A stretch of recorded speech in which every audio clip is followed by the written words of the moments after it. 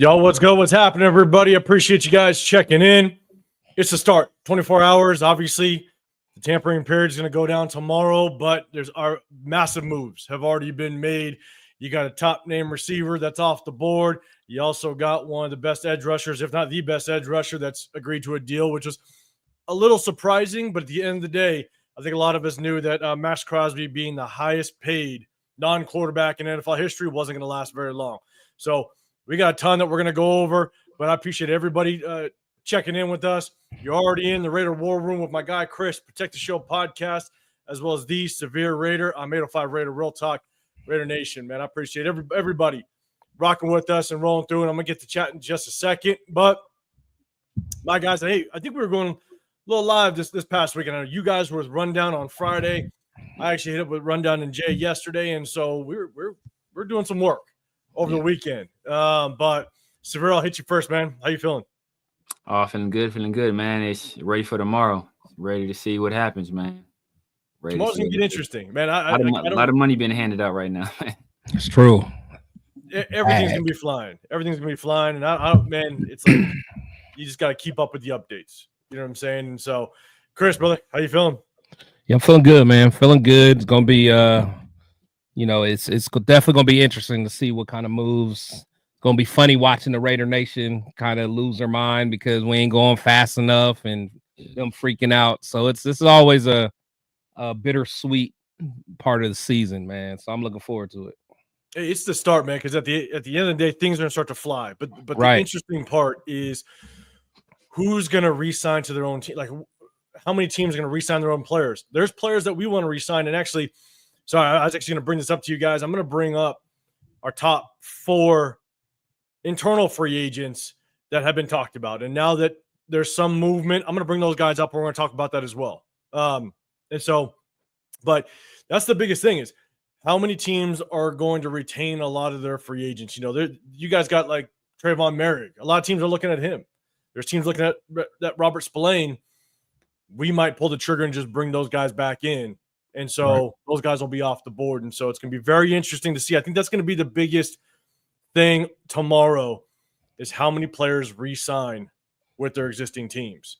And now they're just completely off the board. Because then all the rumors are out the goddamn window. Like it happens every single year. You know what I'm saying? And so, but you know, what we're going to do is in chat, I'm going to get you guys in just a second as we roll through. But ton of stuff dropped. And we're going to rock out and look at one thing real quick. And this is Myles Garrett.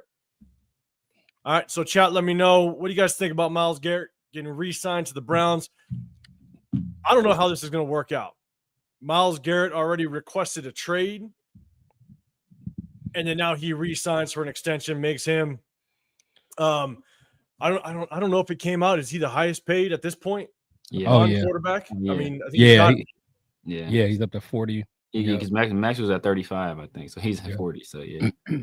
So you know, at the end of the day, now he's off the board. Now here's my question, and we'll touch on this very quickly because it's not necessarily a Raider thing, but you bring in a contract like this, they got Deshaun Watson sitting on the books. I wonder if they actually go quarterback because Deshaun Watson's out for another year because he popped his ACL, I think it was. He popped it again. Achilles. Is it his Achilles? So my question is, like, you run the risk of him, you not pull the trigger when you're sitting at what's Cleveland number 2? 2, yeah. Number 2.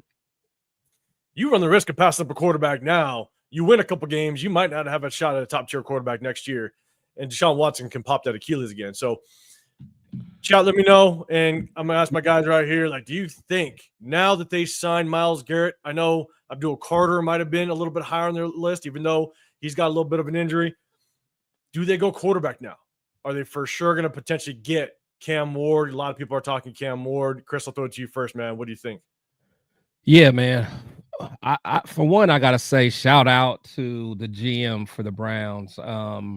So, yeah, they did get Garrett, but they got some flexibility when it comes to Deshaun Watson because if Deshaun Watson does not play a single down this year, the Browns will receive $44.3 million in insured relief. Just somehow the insurance is.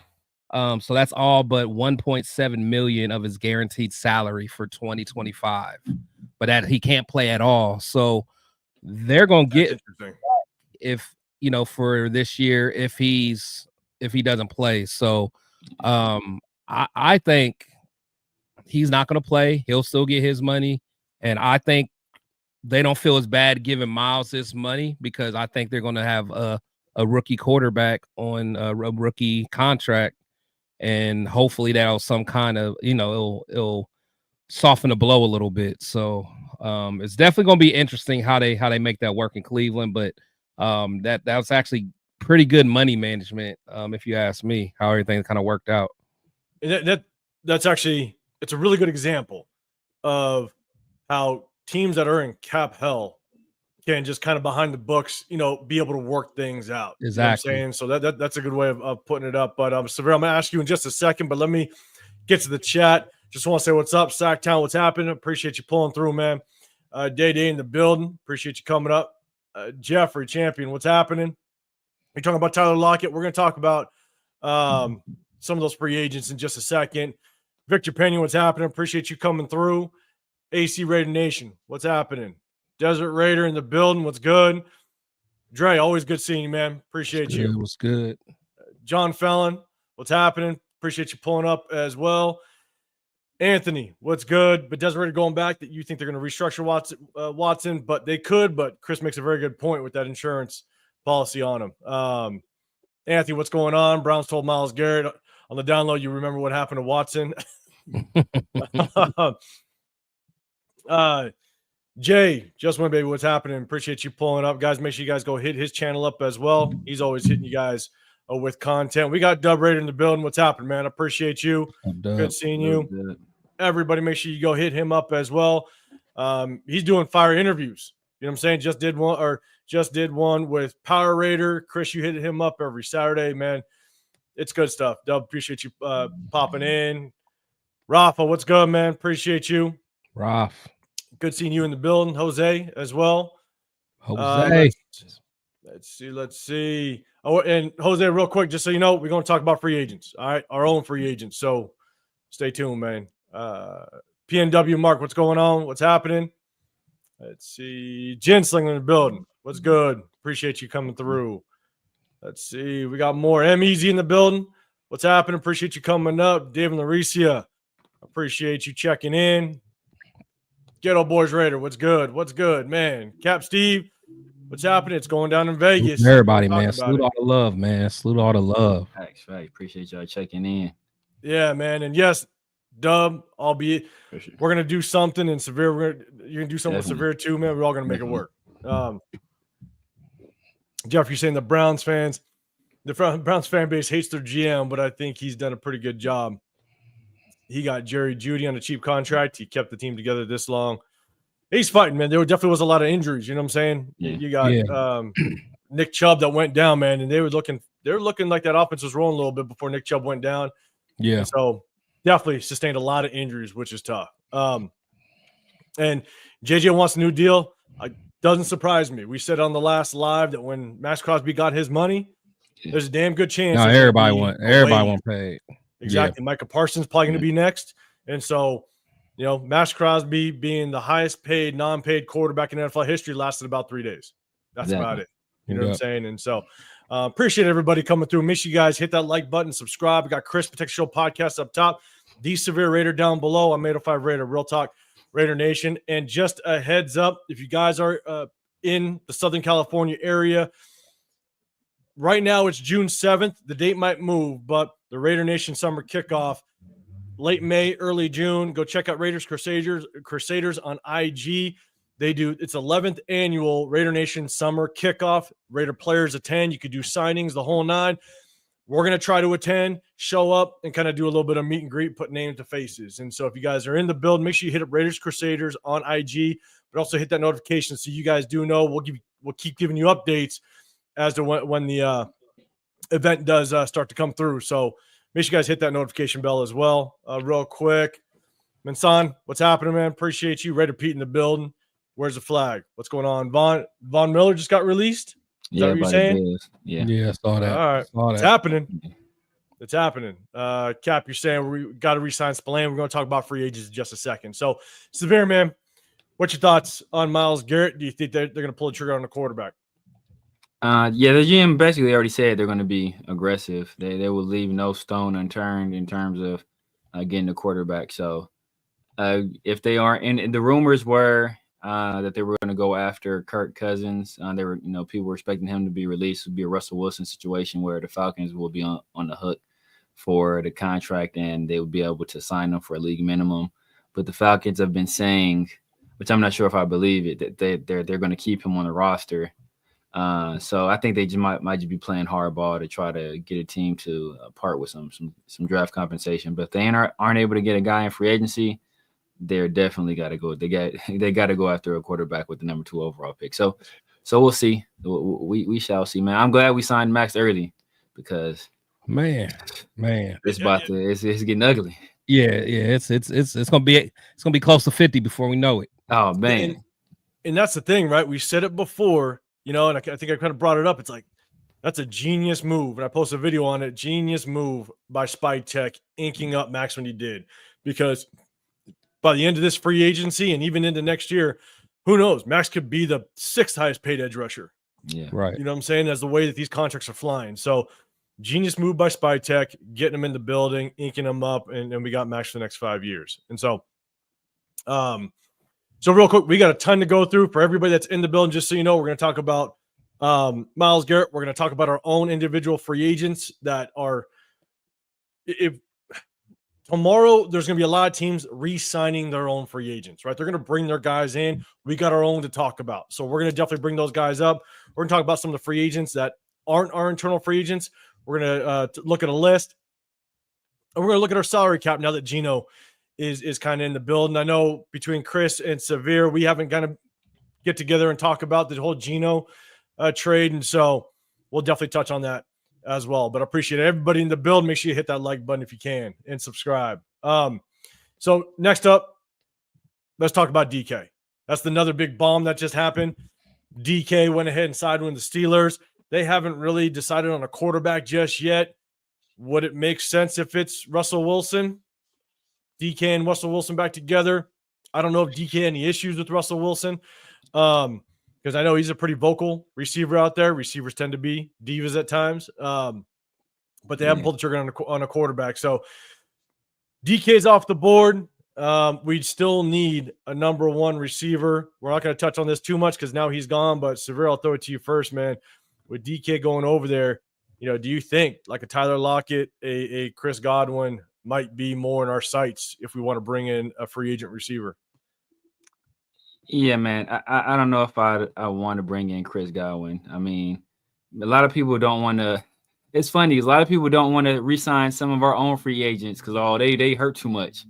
And then the first thing you want to do is sign all these injured free agents from other teams. Oh, let's bring in Dre Greenlaw because he's it's like, come on, like Chris Godwin. He's like, come on, but like if we're not signing injured people, I'm not paying other people's injured people. Like I keep my own. At least I know what they're going through. You feel me? So what I will say about this DK thing is that it makes the Geno Smith. I was kind of on the fence about the Geno thing just because it was a 3rd round pick and then that contract, but like the Steelers just gave up a 2nd round pick for a receiver that didn't get 1,000 yards last year. Yeah, like that's like and then Geno Smith trade is like okay, all right, you gotta start a quarterback for a 3rd round pick now. Okay, that looks a little bit better. So and you have to pay him. Yeah, and they still got to pay him too. That's why, he's like. It was crazy that I heard that one of the things he wanted was to go to a warm climate. This is what people were saying. So like Pittsburgh, bro. Apparently not. So I don't know. So they must be about to drop anvil worth of cash at his front door because to get him to go to Pittsburgh in that cold weather, he's just dealing with Seattle. But we definitely need a wide receiver 1 now. Looking like Tetaroa, man. Looking like Tetaroa might be the situation. Wouldn't be mad at it. But here's the thing, though, is like this is a crazy move by the Steelers, right? The Steelers are a prime example of being able to take maybe some disgruntled players and still kind of get some they things make out it of work. them, right? They just have a very good coaching staff, good front office. That once people kind of walk into that building, their attitude changes a little bit. So I think they can corral him. But like Severe, to your point, man, it's tough because in yards, he was bottom. He was. I looked it up. Bottom 15 in total yards. I mean, the only stat that he was somewhat respectable in last year was I think he had like the 4th most catches over 20 yards last year. And he's always good in the red zone too.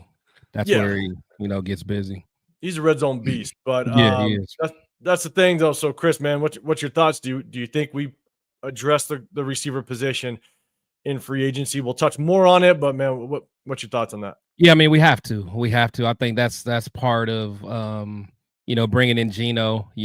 Especially if we're going to extend him, we have to put weapons around him. I mean, when he was in Seattle, he had a DK, he had a Lockett, he had Smith and Jigma, however you're supposed to say his name. Had 2 nice running backs. Yeah. So he had some weapons to kind of play with.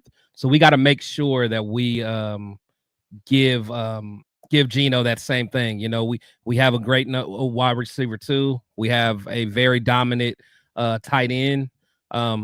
We might be able to get something out of Trey. Hopefully Chip Kelly can kind of unlock him a little bit. I'm not totally giving up on him yet. I know y'all kind of might be done with him, but I'm not giving up on him yet. Now, Severe, Chip's your boy. If anybody can bring him to life, I'm hoping Chip can do it. So, hey. But yeah, we definitely need a wide receiver 1. And I'd rather have a veteran than to go T-Mac. That's just me though. Yeah. And here's my thing with Lockett. I would not mind Lockett coming in only because I think Lockett could be that safety blanket for Geno.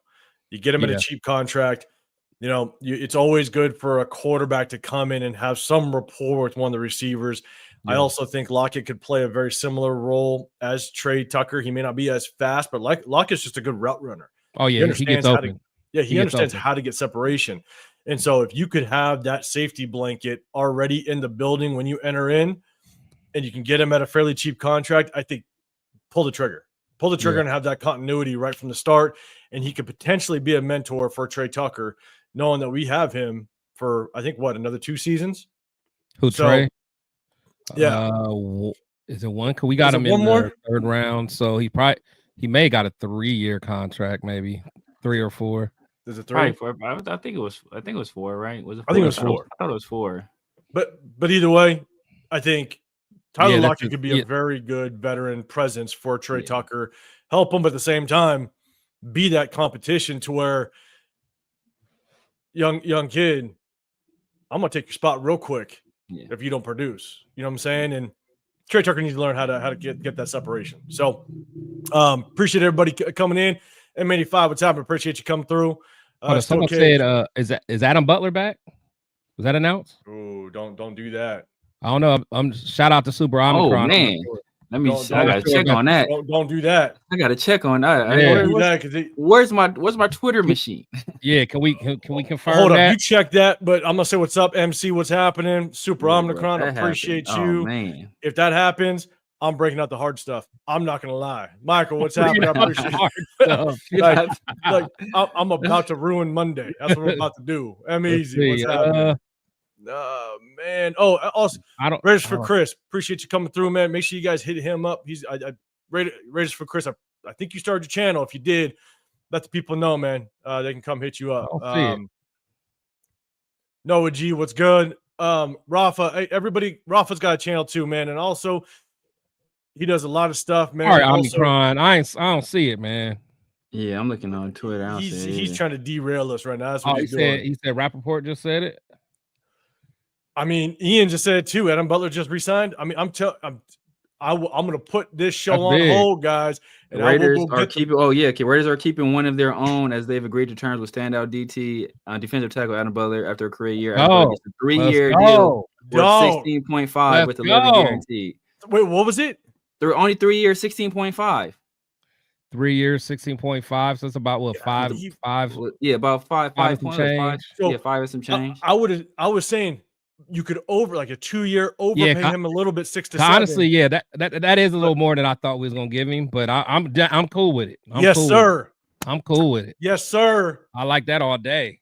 All day. Are you kidding me? Yeah, now I like that all day. Crosby, Let's go 805. Crack that bottle open. Bro, get this guy off the screen. Get this damn guy off the screen. We're gonna make this work. I'm telling you. Oh man. Shout out, man. I like that. I like that a lot, man. All right, Spy Tech. That's huge. I like that, Spy Tech. I mean, Myles Crosby, Christian Wilkins, Adam Butler. Now I think that does that kind of screws up what I was about to do. I'm gonna be real with you guys. Hey, Omnicron, Kenneth Grant ain't gonna be there at 37. He gonna be gone. Yeah, I think he'll probably be going late first round. Like I might be able to still bring this up, but this was gonna be one of the screens that I was gonna bring up. Lovely. You know what I'm saying? His top priorities. So happy. Hey, you know what I'm saying? We X one of them off the board. Yeah, got one of them. Like you can't tell me, chat. I mean, just spam Butler. Damn it, RTY. Yeah, because RTY don't start, man. He gonna get you every show, bro. He gonna get you. Every show, I'm pumped about Adam Butler, man. I'm pumped about it, and it's well deserved, man. It's well deserved. He worked his tail off. He did things the right way. That's what I'm talking about, man. Reward the guys that show out for you, man. I'm loving that. I'm loving that. And here's the thing is that, Adam Butler, he's been in the league for 11 years and he's never got his payday. Like this is realistically, he's 30 years old. This is going to be probably his last opportunity to get that payday.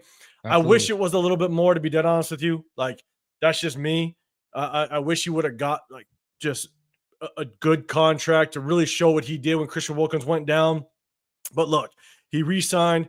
He said in an interview, I think it was with Hondo Carpenter, that he wanted to come back. Yeah. For the Raiders to do this and pull this off, that front line is going to be nasty.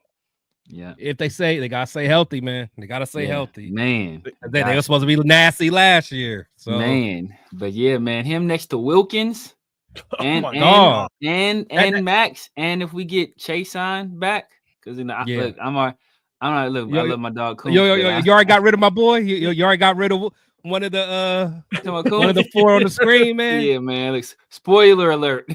Let me tell you right now. Spoiler alert. Oh man.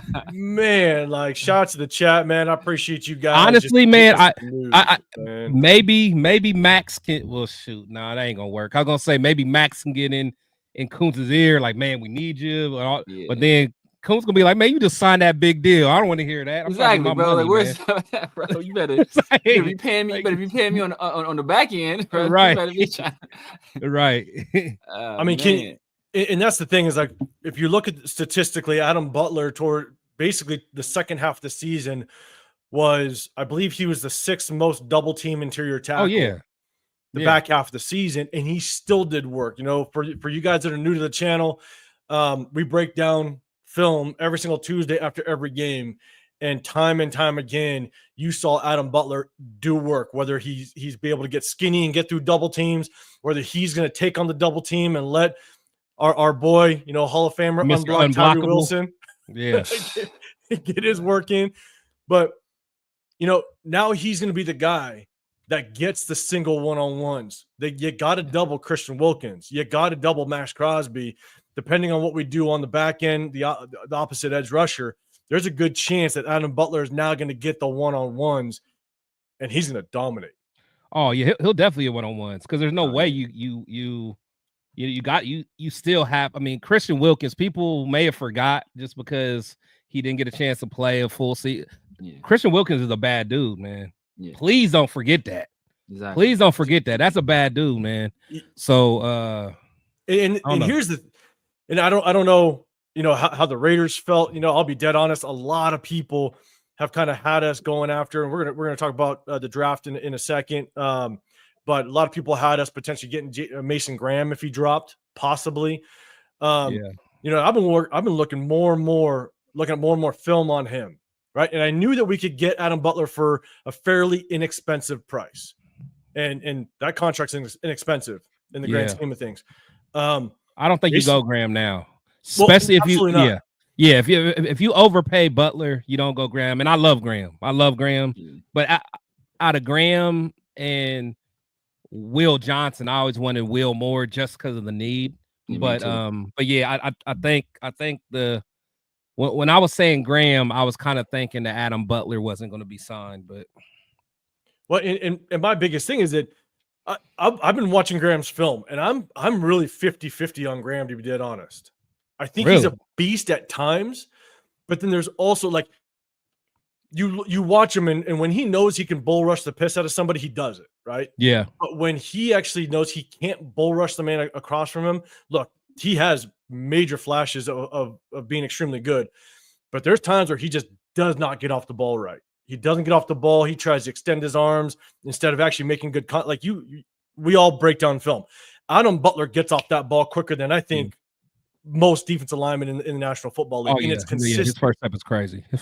All the time. That's the one knock I have on Mason Graham is that Mason got some good his hand-to-hand combat is nice, though. It is.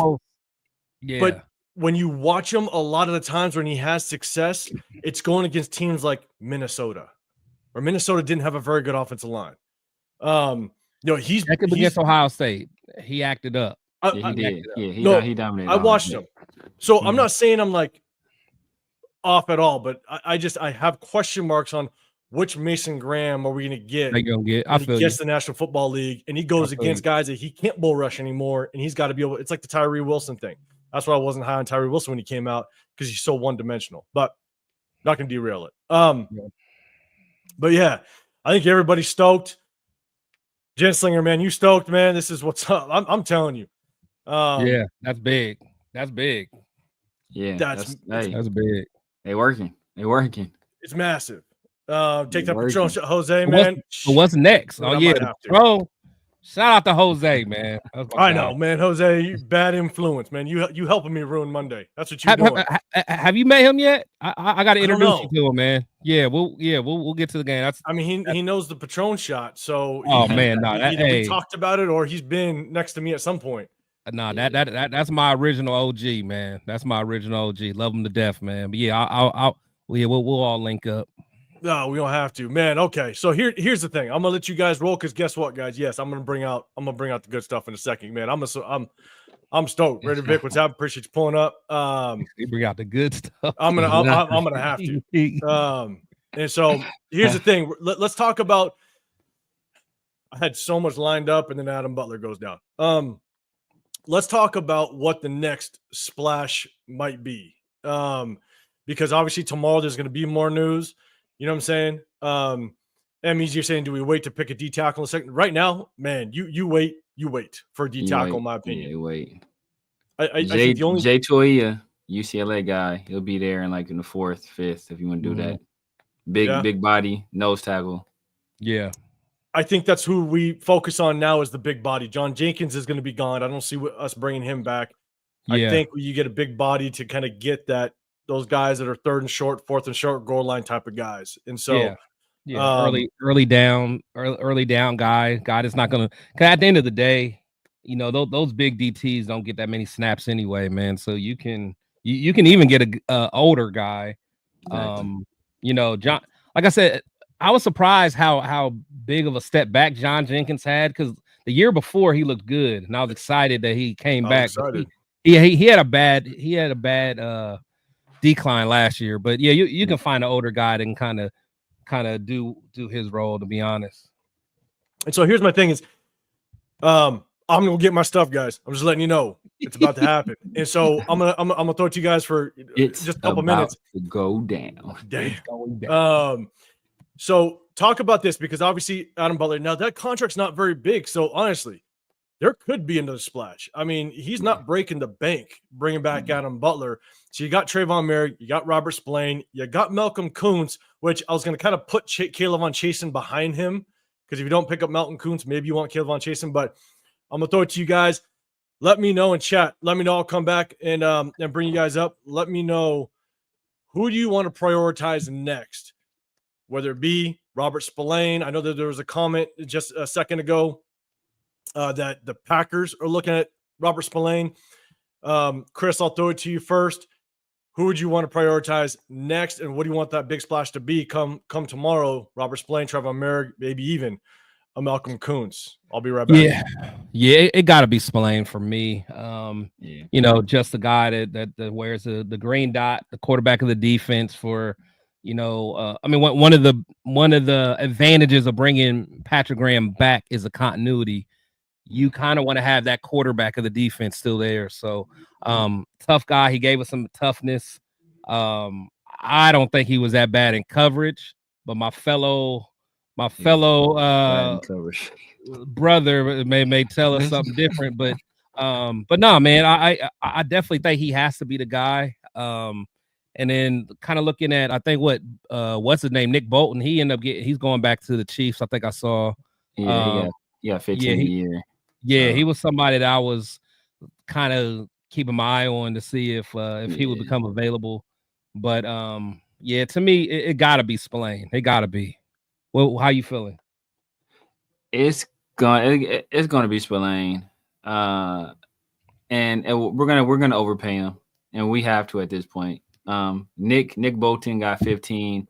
Jamian Sherwood from the Jets got 15 a year. He got 3 for 45 too. So if both of those dudes got 3 for 45, Spillane gonna get somewhere between 10 and 12. Unfortunately, like I said, I wouldn't pay this much a dollar over 9, bro. And 9 is like the top end of what I'm giving him. So, bro. But he's gonna get somewhere between 10 and 12, especially since we just overpaid Adam Butler a little bit.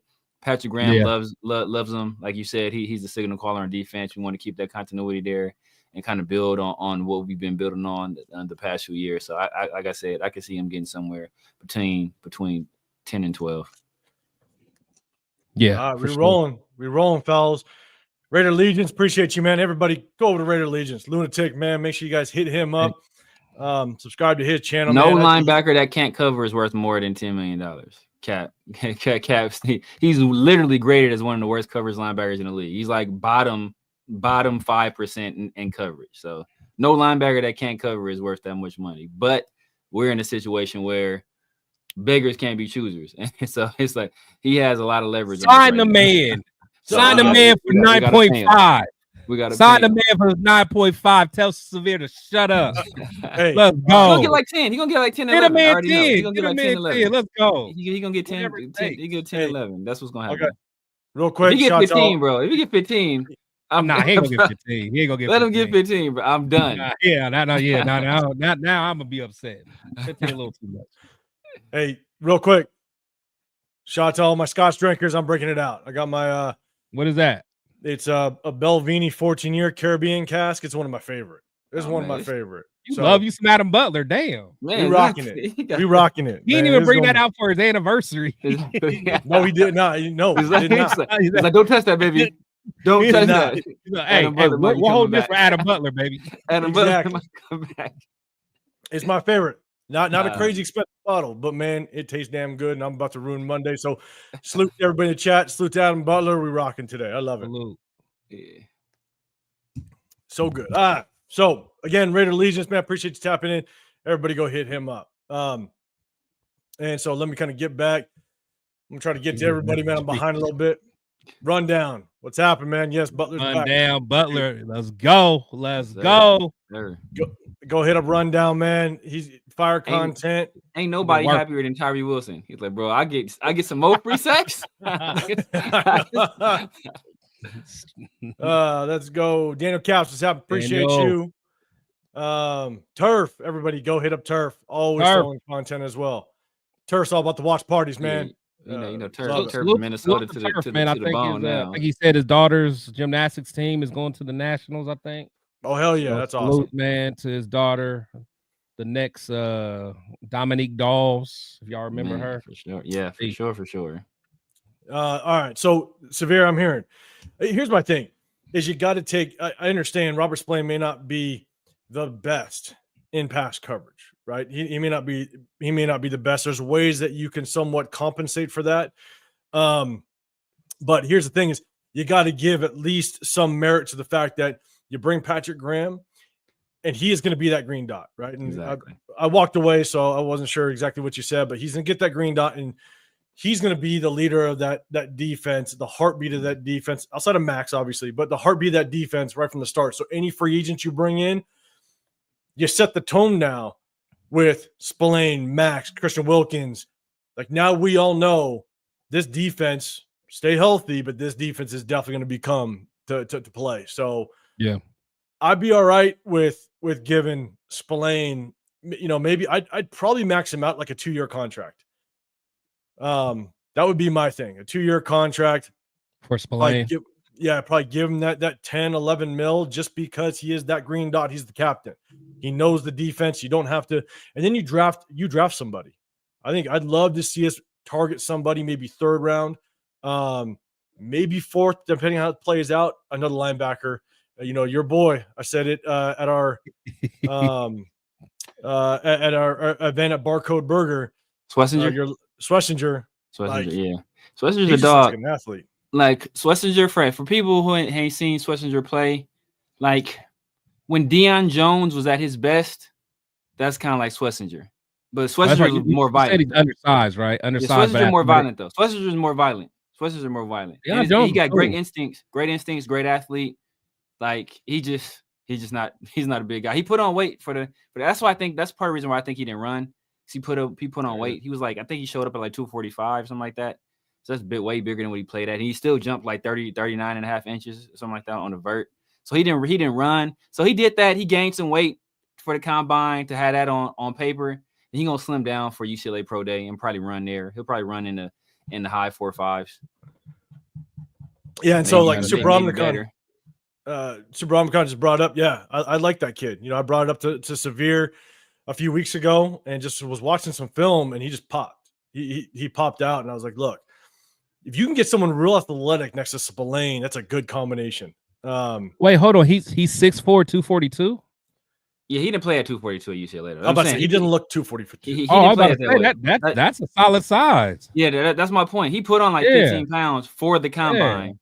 And then he's going to drop that weight, and that's why he didn't run. Only thing he did at the combine, he wanted to show he had a little size on him. Exactly. So he wanted that weight on paper, and he's going to slim down, and he's going to run at UCLA Pro Day. That's smart. Yeah. It's smart. Yeah, no, I'm about to say 6'4", 242. Correct. That's a great size. Yeah.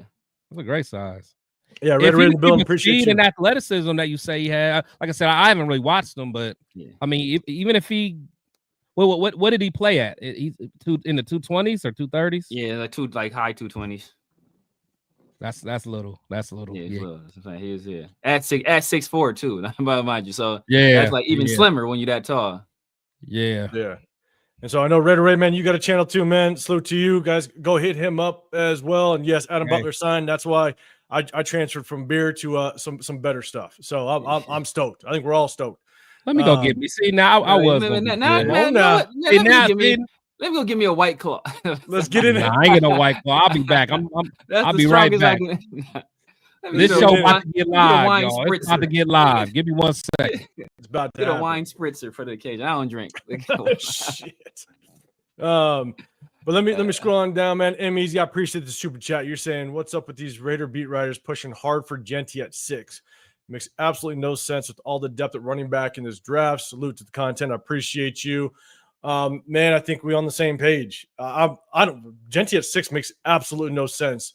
But just how deep this running back class is, especially we gave up the 3rd, but my thing is there's so many combinations of running backs that you can get. I'd love for us to grab 2 running backs in this draft, but there's so many combinations. I know Severe, you probably think the same, but who would you like? If you can get a combination of running backs in this draft, what combination would you like? So I'm looking at, I mean, you know, my guys, it depends on where he is. If we go running back 2nd round, I don't know if he's going to be there, though, but Omarion Hampton would be, if he's still on the board. My favorite guy is Travion Henderson. Omarion Hampton needs a little bit bigger body. So if we get him, we probably go for a speed guy later on. If we get Travion is a big play guy. So if we get him, we can get like a So let's say if we get a Marion Hampton, I'll get a guy like LaQuint Allen later, right? And those guys will complement each other well. If we go Travion Henderson, you need kind of a bigger body back later on. I'm trying to think who. But the Donovan Edwards, but later on, or the other guy from Michigan, that's Rundown's guy, Khalil Mullen. Yeah, Khalil Mullen. Mullins. There you go. So yeah, I like something like that. So I've been doing a ton of research. I'm gonna bring my list up just so I know. But the one guy that I've been on for a while is and obviously he blew up the combine with the 40, but I love his Bishal Tootin from Virginia Tech. Yeah. I've actually been watching that kid for a while. He's just got that second gear. He's got that. Once he's gone, he's gone. But you got, in my opinion, I think you got to match him up with a bruiser, and that's where I like Khalil Mullen. I think Khalil Mullen could be a damn good running back. You have the high guys, right? The Marion Hamptons and stuff like that. And I think those guys can go a little too early than what I'd like to get a running back. But one guy, and I'm just going to kind of throw this out there, is one guy that I like. Let's go Devin Neal. I really like Devin Neal. I think Devin Neal is on the same level. What I thought of last year is Bucky Irving. Mm-hmm. I don't put a lot of stock into the draft, but Bucky Irving wasn't on my radar last year. When I saw him in the draft, I went back to watch film and I was like, oh shit, okay, I think this kid could produce. I wanted to put a little more weight on because I think he was a little undersized. But man, absolutely bald, and I think that's what Devin Neal could be, to be dead honest. And so I like him. But one guy that potentially could be an undrafted free agent, a UDFA that I'd love to see is Marcus Major out of Minnesota. That's a guy that's been on my radar. Bad offensive line in Minnesota, and he had to share some time. Didn't get a whole lot of touches, but again, bad offensive line, but when he got loose, you just saw the athleticism.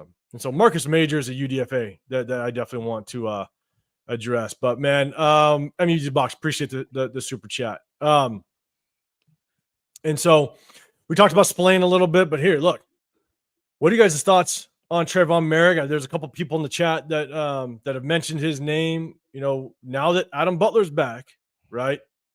Fairly inexpensive contract. What's your guys' thoughts on Trayvon Merrick? Knowing on what we just signed Adam Butler for. Chris, I'll throw it to you first. And welcome back. Yeah, I'm here's good big now. dog. What'd you get? What'd you get? Oh, just a little tequila, a little splash of lemonade in it. You know what I'm saying? Now we rocking. Let's make it happen. But he put an eye drops worth of lemonade in that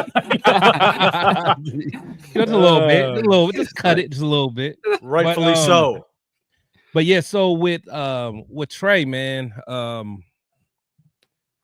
ain't gonna lie, man. I'm kind of a part of me is like the safety market's not too bad, but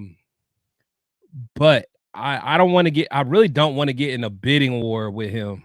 For him, that's what I'm worried about. And honestly, and I don't know why. And maybe I got to kind of look at what his numbers were last year. But even though he's older, I see that daggone Justin Simmons is available.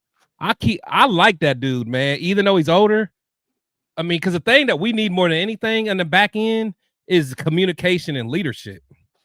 Someone like and he knows Denver Broncos well. He knows our division well.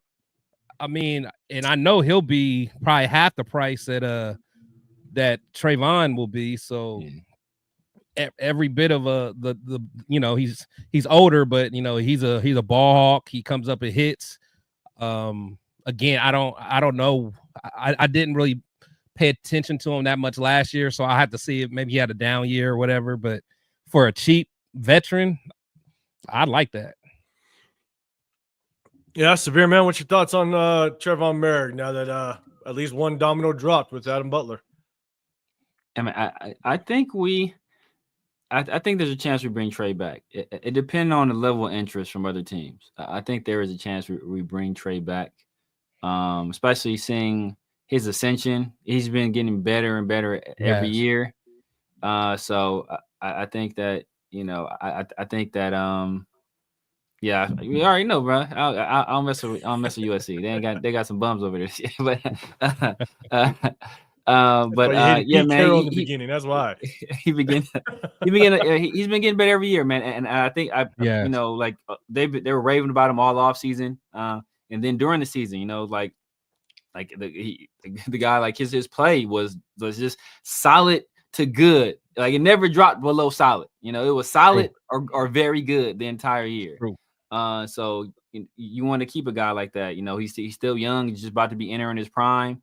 It just, like I said, it just depends on what that number looking like, because we are giving out, you know, a lot of money, especially now we got to pay Geno, paying Max. You know, we probably got to pay Spillane. You're gonna see what his Kuntz contract looking like. It's that money that we had at the beginning of the offseason that disappeared quick. It's dwindling. It's dwindling down. It's dwindling down, man. That, you know, that Edison, that light bill and gas bill to hit your account, bro. Alec M. We already signed Adam Butler, baby. Yes. That's why we celebrating. That's exactly. why we celebrating, man. You guys, when we review film, man, you guys know, like I can't even express just how stoked I am about Adam Butler. Like, it's crazy. This D line is gonna look absolutely nasty. I love it. Rick, y'all, man, DJ Giddens. I like DJ Giddens. One of my guys that I know from back home, he hit me up about DJ Giddens, so I looked at him. Absolutely clean running back. I like him. Yeah, wish he had a little more weight to him. He doesn't break tackles as much as I'd liked him, but man, he shakes the shit out of people. So it's K-State, right? Kind of makes up for it. What? It's K-State? Kansas State? Yeah. So I like him. Daniel Capson, what are you about little ETN? I'm a Florida Gator fan. I know he was with Georgia. I think he's just a little undersized, and I don't like the fact that he's not as quick as I'd like him when you're undersized. If you're undersized, you got to be quick as shit. Yeah. And he's just not as quick as I'd like. That's why I love and Cap Tootin. He's quick. Michelle Tootin, he's quick as hell, and when he's gone, he's gone. Taj Brooks, sleeper. Yeah. Taj Brooks is a guy, sleeper, Texas Tech. There's another guy I really like. Just like a good back. Like, you know, like not a guy that does anything like super super excellent, but he's just very good at just about everything, man. Just one of those like very, very good backs. Yeah. Yeah. And here's my thing is Chris, I'll throw it to you next. Is a lot of people are they're saying some are saying Najee Harris, some are saying no. I'm a quick no on Najee Harris. Najee Harris kind of gives me the vibes of once he gets paid, he might go to last year, 2 years ago, Najee Harris, where it's just no production. That's the vibes I get. But again, it's like if you want Najee Harris, then go get Ollie Gordon. Ollie Gordon could probably do something very similar than Najee Harris. And it'll be you're not going to have to pay at the ass for him. So Chris, man, any thoughts on Najee? Yeah, I'm cool on Najee. I'm cool. He's a guy that if he can't really stand out in Pittsburgh, just the way that their game is literally bred to be that smash mouth type of game. And he was up and down. He had his moments. I do like he can catch the ball out the backfield. His blocking's pretty good at times, but there's just too much talent in this running back class for me to want to pay any big money for him. So I'm cool on Najee. Severe, quick thoughts on Najee? Yeah, man. Seattle was a team that wants to run the ball, and they told Najee Harris, "No, we cool, man." So, I think that kind of tells you all you need to know. They didn't want to bring him back. If it comes down to it, if it's a cheap deal, like a Madison type situation, it's super cheap. He'd be the vet. If we bring in a young running back, we want to have him on as a vet. I wouldn't hate it, but I'm not like throwing any kind of big resources toward Najee Harris. No. Yeah. Real quick, Super Ron, you're saying Tootin's more of a returner. I agree, but here's the thing: is that I think if you get Michelle Tootin, you definitely got to get a bigger running back to pair with him. That's why I like Khalil Mullen to pair with him. And so, but man, Bishop Tootin, I think that he can be. It's either Bishop Tootin or Neal from K-State. Like those two guys, I think could be damn good as more of a change of pace back. But you also need to get a bigger guy. You know who I kind of like? Who when I did watch him, I like that big boy from Clemson, the African dude. What was his name? He ran hard. I don't know. Mafa. Oh, yeah. I know you're talking Yeah, about. he's like, I think he's like 240 or something. He might be 6'1", 6'2", 240. You know what? I think I haven't. Phil watched a bunch of Maffa. Big solid dude. Like he might be a guy that's 6th round, 7th round, maybe even undrafted free agent. But anyone's in that Clemson program, he's gonna be well coached, tough guy. I just remember watching him. He was just one of those hard runners. Like one guy's not getting him down. He's not gonna be a premier back by any means, but just some guy that on the goal line when you need that. 1 to 2 yards, you can count on them. So real quick, we got over 400 in the building. I appreciate everybody checking in. Make sure you guys hit my guy Chris. Hit them thumbs, man. Hit them thumbs, y'all. You got Chris Protect Show podcast up top. I got the Severe Raider down below. I'm 805 Raider, Real Talk Raider Nation. I appreciate you guys. Hit that notification bell. We hit you guys Sunday nights.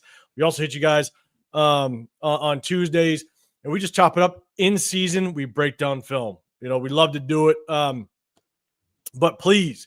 I'm trying to get through this chat, man, and I'm trying to roll. I try to say what's up to everybody that I can.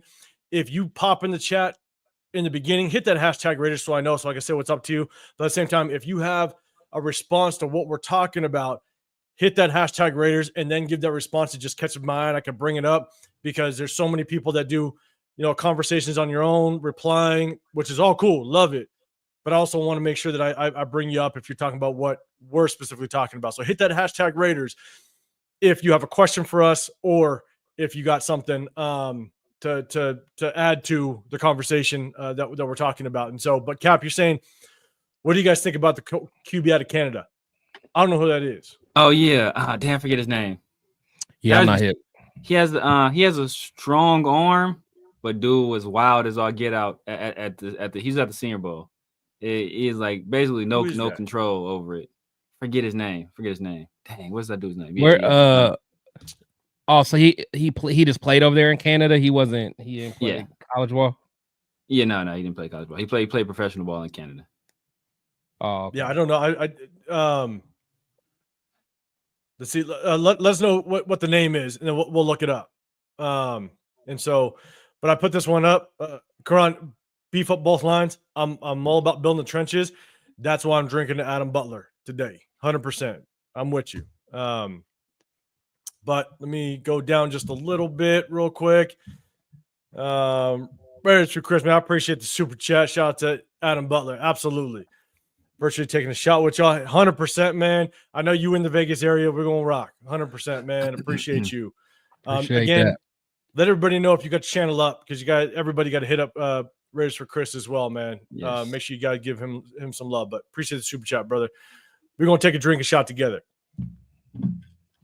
Man, this Adam Butler just derailed everything. I'm not going to lie. So with Trayvon Merrick, for me, in all honesty, I think that because Adam Butler was fairly cheap, there's a chance. I think Severe, you might have said it based on the market.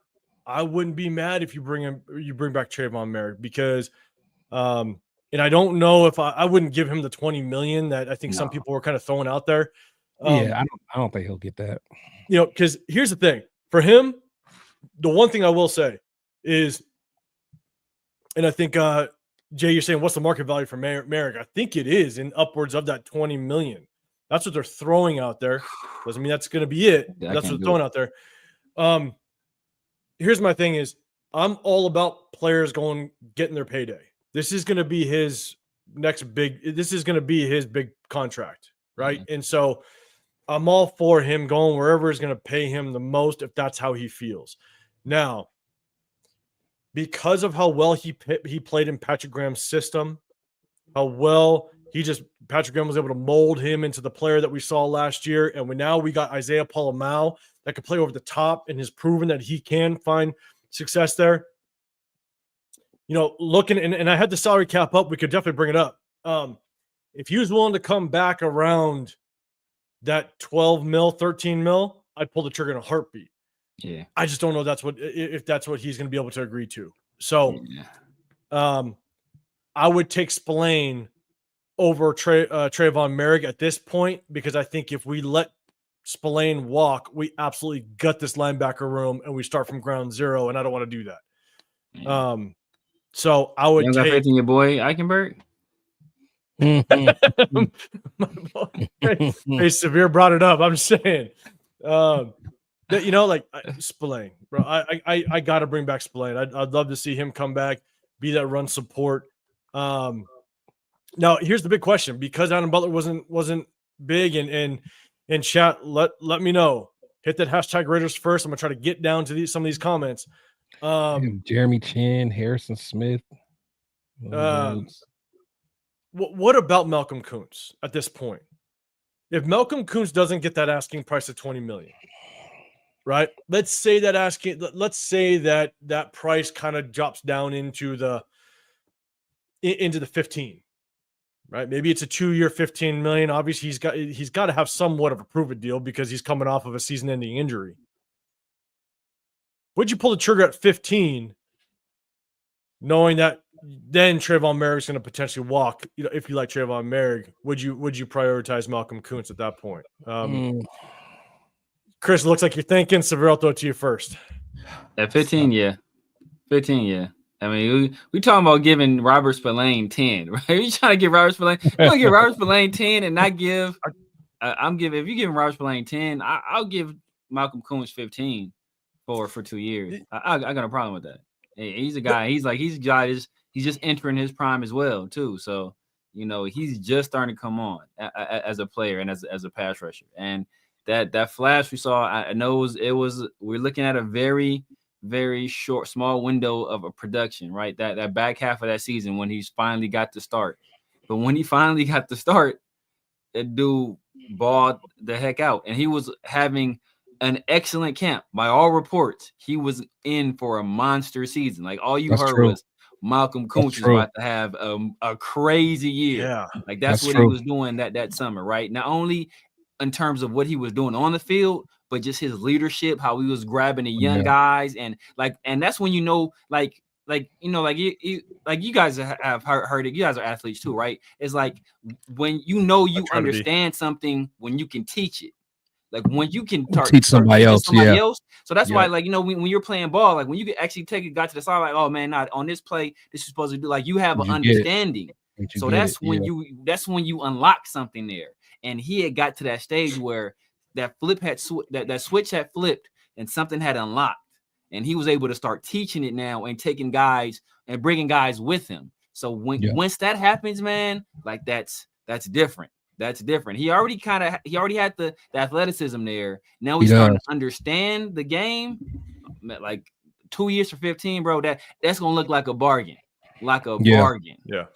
Yeah. Especially if he hits meet expectations. Because again, when you watch him play, he flashes of greatness. Like people that listen to my channel a lot, man. I said it a long time ago. Like he reminded me of a poor man, Von Miller, man. Just the way. But the thing is like he started to click, like you said, it started to click for him. He was spending that extra time with Max, going to them camps with the Von Miller camp and all that. The defensive end rushing camp and all that. Like the dude is, I would be devastated to see him walk out and then go somewhere and have a Pro Bowl type season. I'd be devastated. So here's my thing: he remind me of Hassan Reddick, and that's the comparison. You always say that. You do always say that. Hassan Reddick, he started out his career slow. He kind of wasn't great with the Cardinals. I think the Cardinals, I don't remember if they traded him or if they let him walk. Didn't pick up his 5th-year option. I think they let him walk. He didn't let him walk. He gets to the Eagles, and what happened instantly? And like I said, once that switch flipped, is never the same. Who was that defensive end we had back in the day that kind of did the same thing? You talking about Burgess? Yeah, Burgess. Derek Burgess. Bad man. Yeah. Dude, I mean, he just came out of nowhere, man.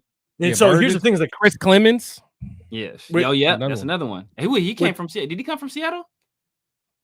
Yeah, he did. Sounds right. Yeah. Sounds right. You know, with Malcolm Kuntz, man, like the last 8 games, I know a lot of people want to say like we're just judging him off of 8 games, but those 8 games, he was an absolute stud. Like there was no hole in his game. To be honest with you, run game, pass rush, there was no hole in his game. That's why we were all so stoked, you know, going into this season with Christian Wilkins, with Max Crosby, with Malcolm Kuntz. We thought we were going to wreak havoc on quarterbacks just because of how clean his game was. So, that's hard. That's hard to see him walk if he was able, if he could take a kind of a prove-it contract. I'd be all for it. And I'll say this lastly, Trayvon Merrick is somebody that we can, because of his skill set, we could possibly draft somebody that could potentially fill in that spot. Not as good as what he did last year, but with the front 4 that we got, we may not need somebody that good. You know what I'm saying? And so if I walked from somebody, it'd be Trayvon Merrick, to be dead honest with you.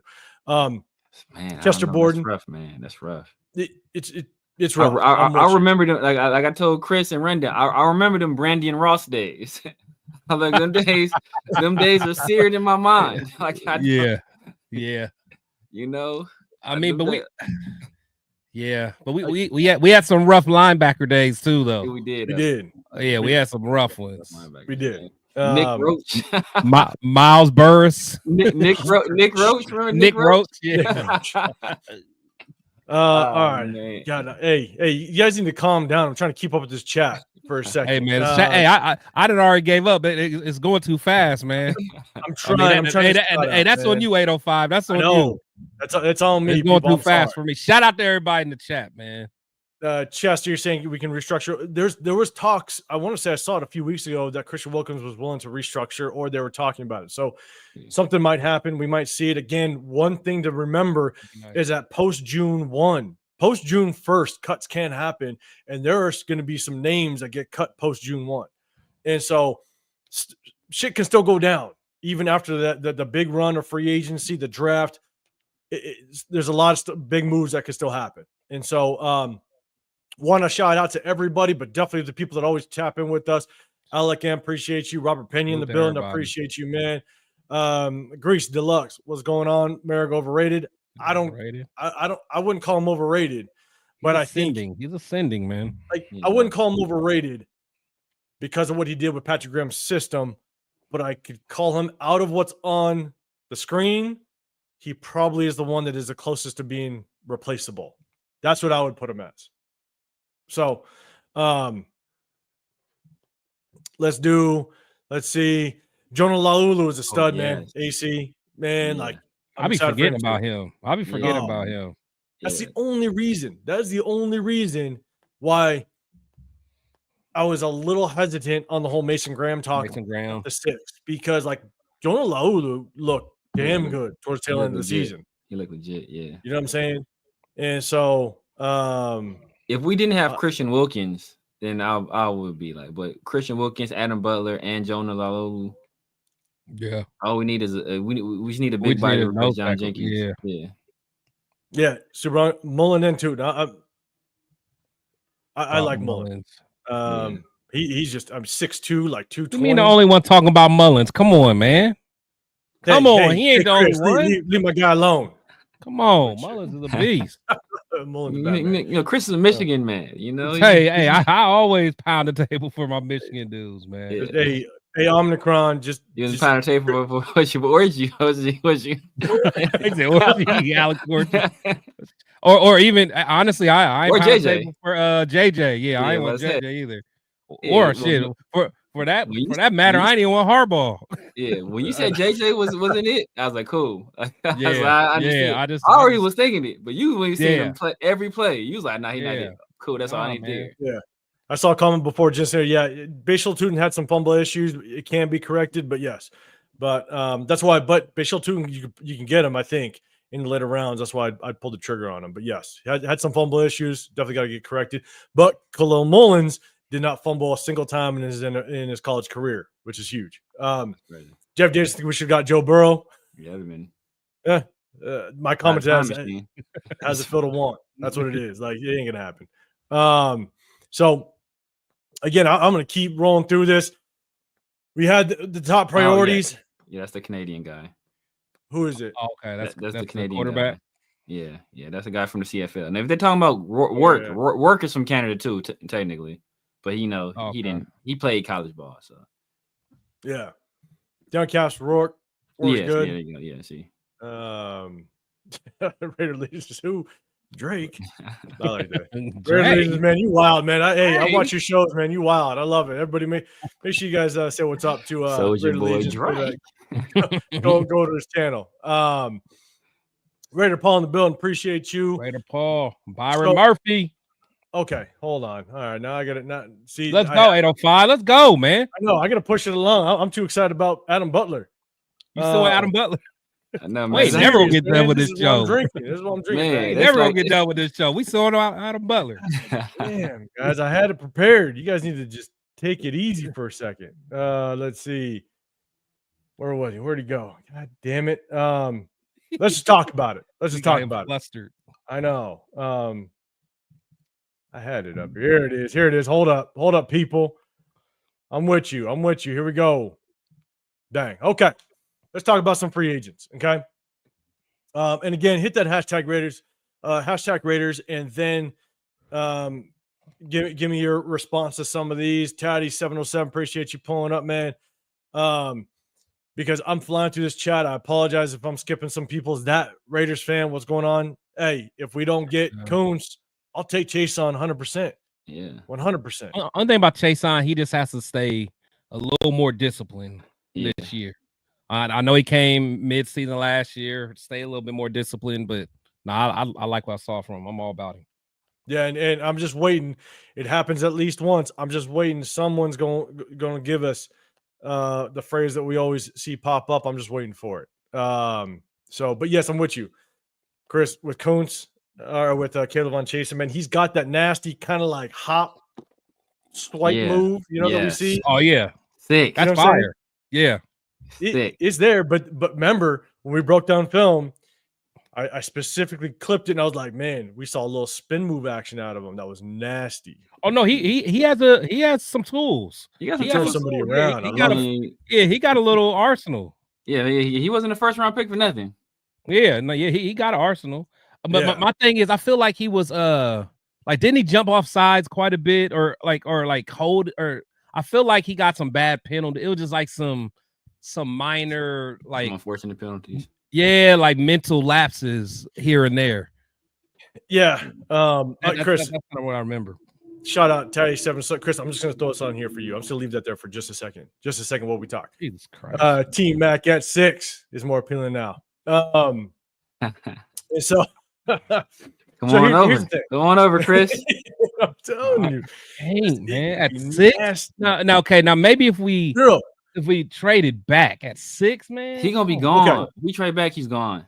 But there are some that you could pull the report or at least hold the reports for what it's worth. But there have been reports that he might move back a little bit, not a lot. I'm talking maybe 3-4 spots. I agree, but I agree with you, Severe. Like let's think about like the top wide receivers in like the previous drafts, and is he like Marvin Harrison Jr. just as pure prospect? Yeah, just as a pure prospect, he would be. So technically, Marvin Harrison Jr. was supposed to be the best. I have Malik Neighbors rated higher than Marvin Harrison last year, but the consensus guy last year was Marvin Harrison, right? Yeah. So my rating, so it would be Marvin Harrison, Malik Neighbors, then T-Mac, and then Brian Thomas Jr., Rome Odunze. It'll go in that order. You got him over Rome? I got him over Rome, yep. Yeah. No, I can agree to that. I mean, Malik Neighbors. Is that just based off of his measurables? Everything. Measurables, his run out the catch, his 50-50, his athleticism. He's just, Okay, what's the year before that? Who was the receivers before that? The year before that? No. Was that Severe's got the memory like you wouldn't believe. Yeah, so I'm trying to this think. is on The year you, before man. that. Who's Who was the the year year before that? 2? I don't remember. I don't remember. But I don't think here's it the was thing, like though. I don't think did any go in the first round? Was that the one? No one win the first round. Maybe I don't know, man. It's just he just does not bring me like that CeeDee Lamb or Justin Jefferson or like those number 1 receivers that came off the board. Maybe I can shed a little light, but I want to get to this. He's better than all them dudes. He's better than all them dudes. It was like Quentin Johnston, Jordan Addison, Jackson Smith, and Jigba, Jalen Hot. Oh yeah, that was weak. That was a they were that was weak. That was a weak receiver. Yeah. Real quick, Raider Biggs, appreciate the super chat, man. Appreciate you. He says we need to get our first second round picks right. Yes, we do, 100%. I've seen a stat where since Gruden. Oh yeah. Gruden. We don't want to hear no Gruden stats. That's always gonna piss us off. Alex Leatherwood, you're gonna make me drink even more. I'm already excited about Adam Butler. You're gonna make me pour another one. And the thing is, like, I mean, he got Colton Miller, he got Josh Jacobs. That was probably the best, but his free agency moves were absolute dog shit for the most part. Colton Miller made absolute sense because I remember I was with a bunch of guys. I was living in Texas at the time. We reached for him too. But the thing was, we had to, because if you remember, was that McGlinchey? Was that McGlinchey that went? Yes. Yeah, exactly. We wanted Mike McGlinchey. It got linked that we wanted Mike McGlinchey, and then the 49ers traded in front of us. Yeah, but here's the thing, though. If you remember, the Broncos got Bradley Chubb right before us. Yeah. And as soon as they got Bradley Chubb and they had DeMarcus Ware already, I said, oh shit, we got to go tackle. It was instant. And everybody that I was with, a bunch of Raider fans in Texas and all that, and everybody's like, oh, we still need somebody else. I'm like, no. We're going offensive tackle now. We need help. Yeah. And then we pulled Colton Miller. And so I remember that like it was yesterday, to be dead honest. And so, but Raider Biggs, appreciate the super chat, man. I appreciate you coming through. Everybody in the building, make sure you guys hit that like button, subscribe. Chris Protect Show podcast, as well as the Severe Raider down below. Thank you. Everybody keep talking about this guy should be Mike Evans. If that's the case, he should be the number 2 pick. Mike Evans drafted. Mike Evans wasn't even drafted. Mike Evans was drafted like. I'm just saying, if he's him, okay. He has that potential. Here's the thing. I think he's a more athletic Mike Evans. That's my comparison. A lot of say Drake London and all that stuff. I think he's a more athletic Mike Evans. So where look, T-Mac isn't the one knock that I have on him is that he's not a full route tree guy.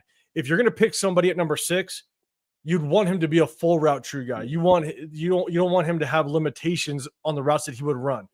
I don't see T-Mac run the quick slants like Devontae Adams or like a Jamar Chase would, right? I don't see him like that. But is he going to be better than Pickens? Oh, yes, 100%. 100%. But I like Pickens though. People were hating on Pickens. Pickens was cold to me. That's all I'm like. Pickens was a dog at Georgia. People just hated on him because he ran slow. But Pickens is a dog, and he has some characters. He had the character stuff too. But I was saying he got a bad attitude. But he does. Pickens was a dog. I think Pickens was the year before, right? So so that was so that's the draft you would want to look at, because I want to say that was the Garrett Wilson, Chris Olave, Pickens. I think Rashae Rice was in that draft. Yeah, who else was in that draft? Yeah, that was a good. Yeah, that was a good receiver draft. And I would take the only one I'm hesitating on is because I like Garrett Wilson a lot. So only one I'm like, would I put T-Mac over Garrett Wilson? But I'd probably put him over Garrett Wilson. That's the only one I'm like. You would put him over Garrett Wilson? Yes. Are you crazy? Are you crazy? Yes. Oh, Drake London was that draft class too. Drake London was a draft class. I put him over Drake London. Here's the thing. Hold on. Let's backtrack. Let's backtrack for a second, because here's my thing. Chris, we didn't derail the show. Everybody. I'm about to refill my cup. Chris has got tequila in his hand. You know what I'm saying? So it's about to get live. But here's the thing: in chat, do me a huge favor. Hit that hashtag Raiders. I promise you, I'm gonna bring you up. You know what I'm saying? Like, you guys are flying. I love you guys. Chat's going wild. But here's my thing. And Arnie, appreciate you, man. You always pull up. Appreciate you. Here's my thing.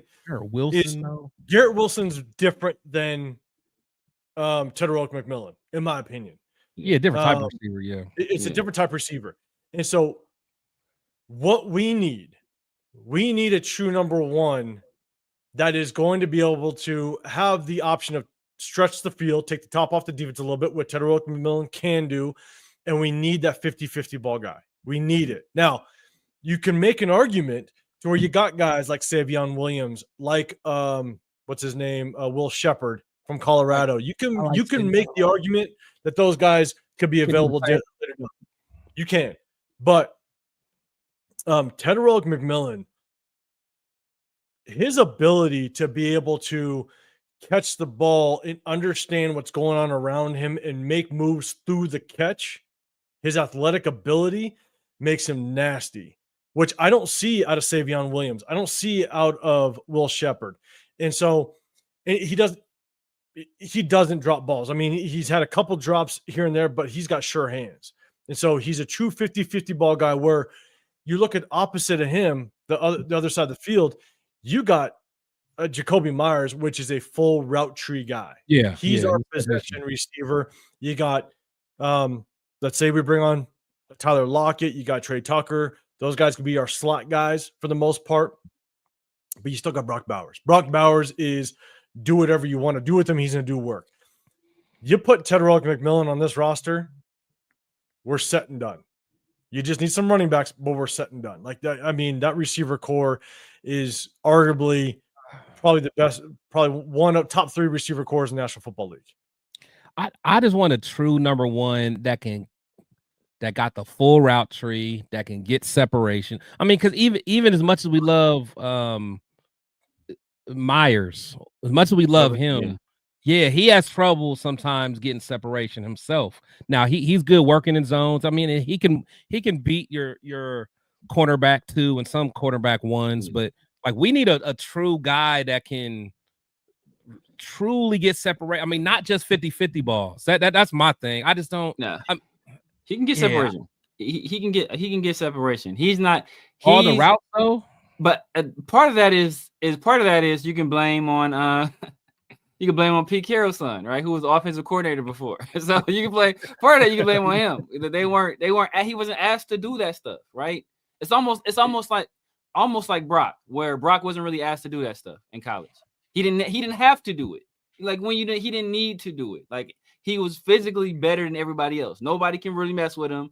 He got some of the best hands I've ever seen. Catch radius, insane. He done made some of the craziest catches I've ever seen. And then you get the ball in his hands, and he's a run after catch guy at 6'4", 6'5". You just had to bring Brock in there. You just had to make me retreat a little bit. To make me retreat a little bit. Look, because Brock wasn't a 50-50 guy in college. He wasn't. He had issues at the catch point. And what did he do in the NFL? He was a 50-50 guy in the NFL. He wasn't a great route runner in college. He never really showed that. What did he do in the NFL? Showed he was a better route runner than he was thought to be. So I think you get Ted in a system like what Carroll's gonna. I mean, like what Chip Kelly's gonna be running. Man. And so Arnie Garza, you're saying contracts. I'm skipping. There's so much news. Typically, we will do 2 segments. Forget it.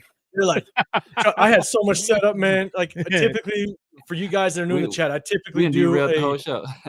I typically do a who did it better. Who did it better as a Raider? I couldn't get that ready, to be dead honest, because of everything that was going down. Yeah. We usually do a cut 'em, bench 'em, or start 'em, bench 'em, cut 'em segment, which is a lot of fun. But we had a ton going on. We've already been on for almost an hour, almost an hour and a half. Wow, chat, you guys are going live. I love it. And real quick, I saw another one. Look, Arnie Garza, yes, Adam Butler's back, and that's why I'm pouring another one. That's what we're doing today. That's what we're doing today. That's why I can't keep up in the chat. I'm trying. Hit that hashtag Raiders. The chat is flying. Yeah, hit the hashtag Raiders, please. Yeah, please, man. please. You know what? Hey, screw both of you, because I'm trying to work this chat. God damn it. Hey, I'm not complaining. I don't want to do it. You got 2 dudes with ADD over here. We would not make it work. Man. Yeah, I can't have Jack ADD in the right building. now. Yeah, what's up? Make sure you guys hit up Captain Jack, man. Yeah. He's got his channel too. Make sure you show love to him. But the only thing that I'll say, and Jason Marshall, what's happening, man? Appreciate you coming up. Only thing I'll say about Teteroa McMillan, the other reason why I would take him, right? Now, He's a stud receiver. I know, Chris, you're saying like you don't want just a 50-50 ball guy, and I feel you. I get it. But here's the thing is you also have to take in consideration the highest paid positions on a roster. That's the only like Jamar Chase is probably going to get $40 million a year. Like DK Metcalf wants $30 million, and his numbers were not very good last year, right? Right. Jamar Chase could probably get 45 million this year a year. Like that's probably what's going to happen, right? So you got number one receiver, you got edge rusher, you got quarterback, and a number one corner. Those are the four positions that are most likely to be the highest paid positions on your roster. If you can get one in the first round, early in the first round, that you can get on a rookie contract and you got that 5th-year option, I'd pull the trigger knowing that he's not going to take up a crap ton of salary cap as years go on. And so if I can pull the trigger on him, I'm going to do it because I know that's one of the 4 highest paid positions when it comes to salary cap on a roster. That's I take that in consideration as well. And so for me, it's a need for us. I mean, again. No, it is. No, it is. I don't know, man. It's like when you talk about Chase and guys like that, it's like those are the type of receivers that I feel like we need at wide receiver 1. That's all I'm saying. Yeah. That's my biggest thing. Like I don't have nothing against him, but it's just I don't know, man. I want that true wide receiver because honestly, you also got to think in the NFL, you got these DB or you got these defensive coordinators that know how to bracket certain things. So like some of that stuff he was getting away with in college, we know he's not going to be able to get away with at the next level. But I feel what y'all saying. Maybe not, because I'll tell you the receivers that come in that have that height and that athletic ability, that helps. Like he might be able to. I agree with you to an extent.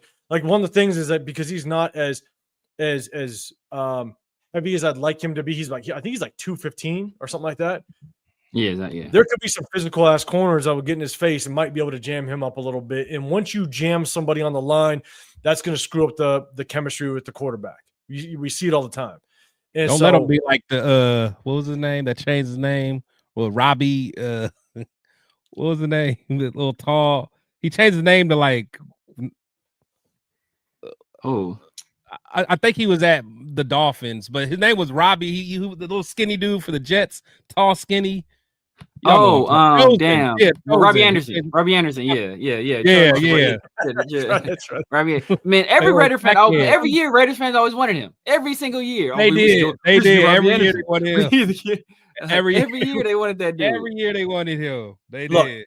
He is a million times more athletic than I know. I was just joking though, but it remind me of a tall, skinny dude, man. Yeah. AJ Green. He's AJ had the full route tree, man. He didn't. And I'm not saying that Tedder Miller can't have the full route tree. He didn't have a right tree at Georgia. He didn't. But like I don't even remember watching that much at Georgia, honestly. Yeah, but exactly. Sure did. I'm not saying he can't have the full route tree. I'm just saying that based on the film that I see, he may not have. Like he's not going to run those quick slants and gone type of thing like a Jamar Chase would and stuff like that. I think he's just a different receiver. No, I get that. He could. I'm just saying that based on what I see, I don't know if he can. You know what I'm saying? And so, Raiders, man, what's that for Chris? You're saying what about Zadarius Smith? I was thinking about that. Yeah, he's good against the run. He's probably what 30. He's probably about 30 now. Yeah. It was the Smith brothers. It was him and Preston. Yeah. He had a couple good years with Cleveland on the other side of Myles. Was that him? Or was that Preston? No, that was Zadarius. Was Zadarius? Okay. Yeah. Yep. Yeah, he was with Myles, and then he went to the Lions. Yeah, if his salary wasn't that bad, and if we couldn't get Kuntz, he's a guy that can fill the role at least for a year or so. Yeah, I'm not mad at that. Yeah. Cool, Kev. What's happening? Appreciate you pulling up. Got another question. What do you guys think about Chip? We'll do with Reed McAllister. McAllister. Oh, the running back. Okay, Probably cut him. Man, I've been wanting to. Man, like I can't. Probably cut I'm him. not putting much into him, man. He might like them, man. What Chip may do. Where's honestly, Chip may move him back to wide receiver. Running back. Yeah. Now move back to running back. Yeah, right? he have him as like running back. Like he'll be a gadget guy.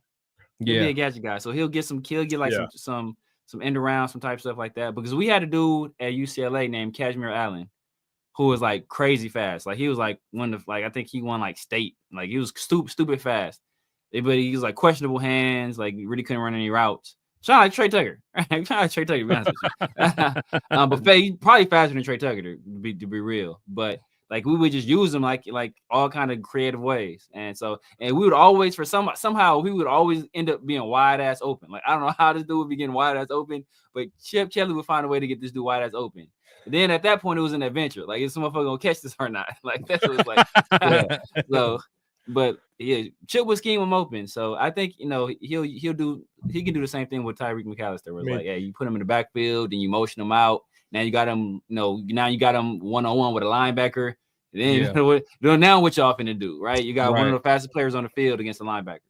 Right. All right. I'm gonna skip around. I promise you guys I'm gonna get back up to the chat because East Coast in the building. Appreciate you. Everybody hit up East Coast, man. This dude, watch this. This dude watches grinds the film. He does. Hey, but here's the thing. Look, everybody watches film differently. All right. Everybody watches film differently. East Coast, yeah, he would be generational. I agree. But at the same time, like Chris, man, I respect your football knowledge. You know what I'm saying? So like I say I'm not against check him. him out. I'm not against him. I just at number 6, what wide receivers you like, Chris? I'm trying to think what wide receivers you like in this draft. You say in this draft? Yeah.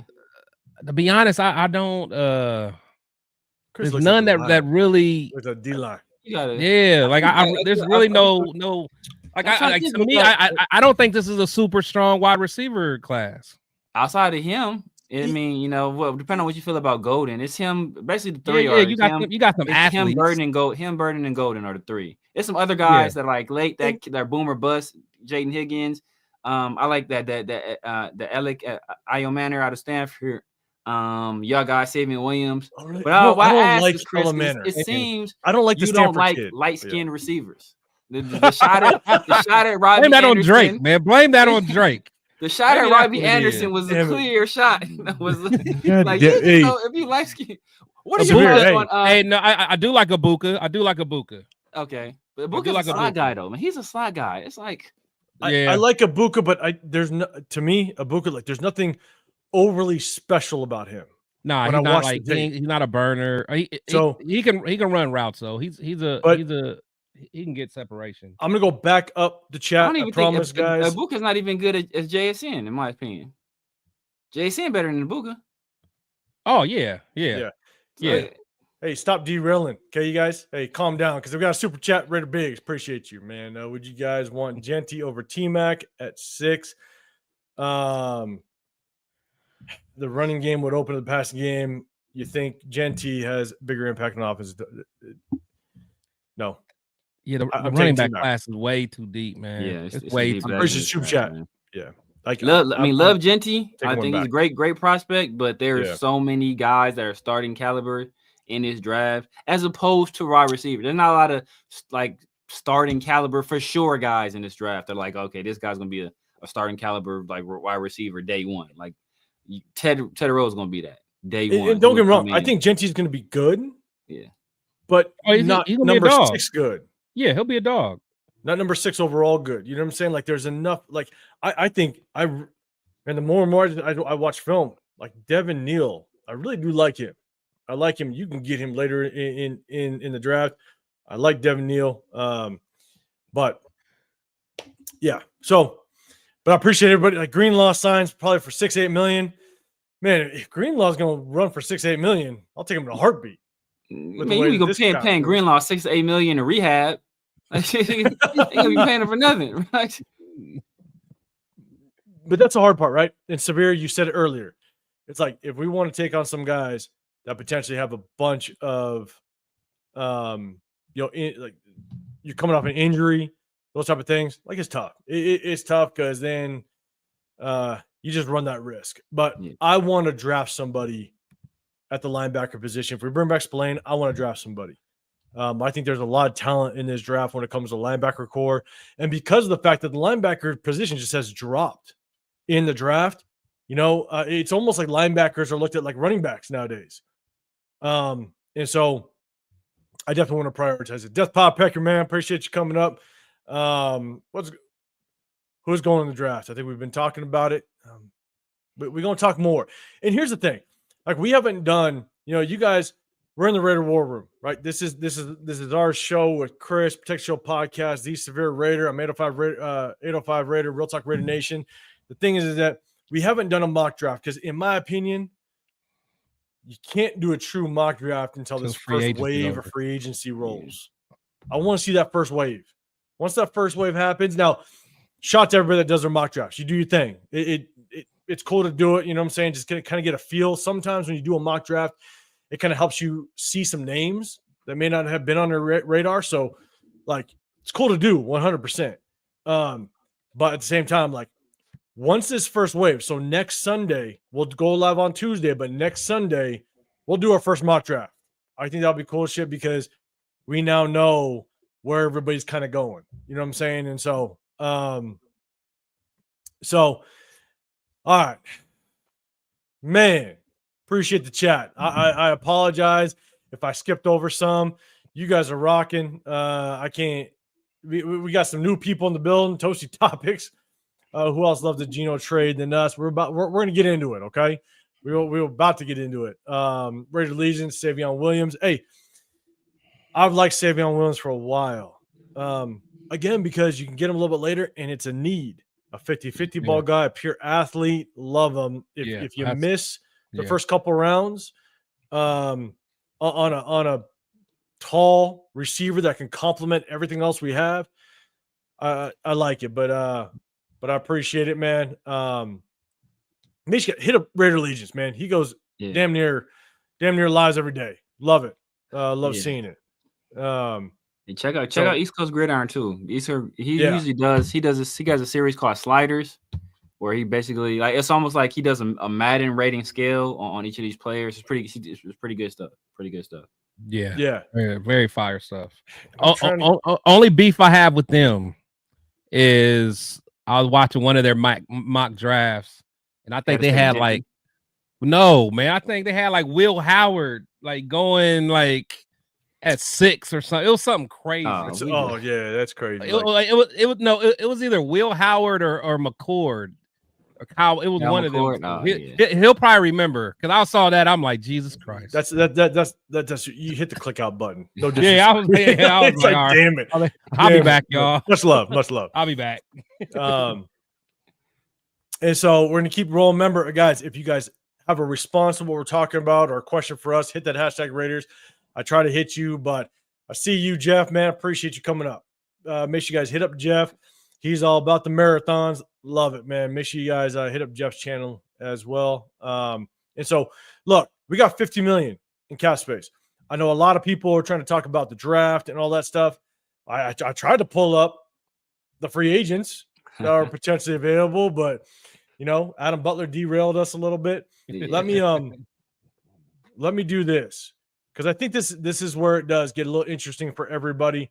I'm gonna go back, put us up on the big screen, and I am gonna pull up the draft, just the prospects and all that stuff, and let's talk about because we already talked about the free agents. We talked about our own free agents, because I think day one, Monday, tomorrow, I think Adam Butler was just announced, which is awesome. Drink to Adam Butler. I brought the top shelf stuff. But I think between Monday and Tuesday, that's where we're going to have just more free agents signed to their previous teams. Like if we sign Robert Spillane, it might drop tomorrow type of thing, Yeah. And so let's kind of let that roll. Let's let that play out, and let's do let's bring up the draft a little bit. And because everybody's kind of talking about who we're going to potentially take. And here's my thing is, chat, you've been rolling. I appreciate you. I'm trying to get everybody up as much as I can. especially new people. You know, Jason 619, appreciate you coming through. Raider Biggs, appreciate you. You hit us with a super chat earlier. Castro Raider, I see you, man. What's happening? Matt Maranovich, appreciate you coming up. So here's the thing. Hit that hashtag Raiders, and it'll catch my eye, so I got to bring you up. But here's the thing. Chat, let me know. Who do you want at 6? Like, what's your ideal scenario? I'm cool with you saying maybe trade back a little bit, whatever. Let me know. But at 6, who do you guys want now that Adam Butler's in the mix? We got him. I think that clears Mason Graham's name. A lot of people are high on Mason Graham. I think it clears it. A lot of people are talking about T-Mac. Some people are talking about Genty. You know, I'm a big build in the trenches type of guy. So let me know. Hit that hashtag Raiders first. And then let me know who you take at 6. Guy Seeley, I see you, man. Appreciate you. How much you think Von Miller would cost? I don't think he costs too much. He's on the back end of his contract. Yeah. I'm pretty sure he's going back to Buffalo, though. Do you think so? Pretty sure he's going back to Buffalo. Restructure it or like re-sign him back? Yeah. Mike Rain, you're saying we're going to get into this. I'm going to let the comments roll a little bit. Mike Rain, you're saying thoughts on Pat Bryant from Illinois. He's not on my radar. I honestly don't know. Do you guys know who he is? Man, last Pat Bryant I remember is at D tackle. I guess last Pat Bryant I remember. That was a long time ago. I'm not keen on Pat Bryant. What position is he? Yeah. Let us know what position, Mike Rain. I honestly don't know. So Mike Rain, the Big Ten guys pretty well, but he's a wide receiver. Let me know your thoughts on him. A wide receiver? Is he a wide receiver? Okay. Wide receiver. Check him out. I'll have to do more research on him, man. I don't know, to be honest. Yeah, I ain't doing much research. This motherfucker ran a 4.6. Research done. so receiver to tight end type of thing. No, that's what I'm hearing. Jason 619. So East Coast in depth on Devin Neal coming soon. Cool, man. Make sure you guys check that out. Because I like Devin Neal. He's 6'2", 204. Ran a 4.6. Oh, bro, you go kick rocks. Yeah, you got if you under 210 and you running a 4.6 at wideout, brother, nah. Unless you Alshon Jeffrey, and you got some of or Anquan Bolden, you got some of the strongest mix in the history of the NFL. Like you running 4.6, bro. That's you Des Bryant in like year 10. That's what you are. That's what you are. Hoover's game was happening. Raiders going to draft next Cleveland Farrell 6. Man, don't put that out there. Don't do that. Hey, Cleveland Farrell was just in an NFC Championship game. Put some respect on this man's name. Get the hell out of here. He was just in an NFC Championship game. I was so mad when we drafted him.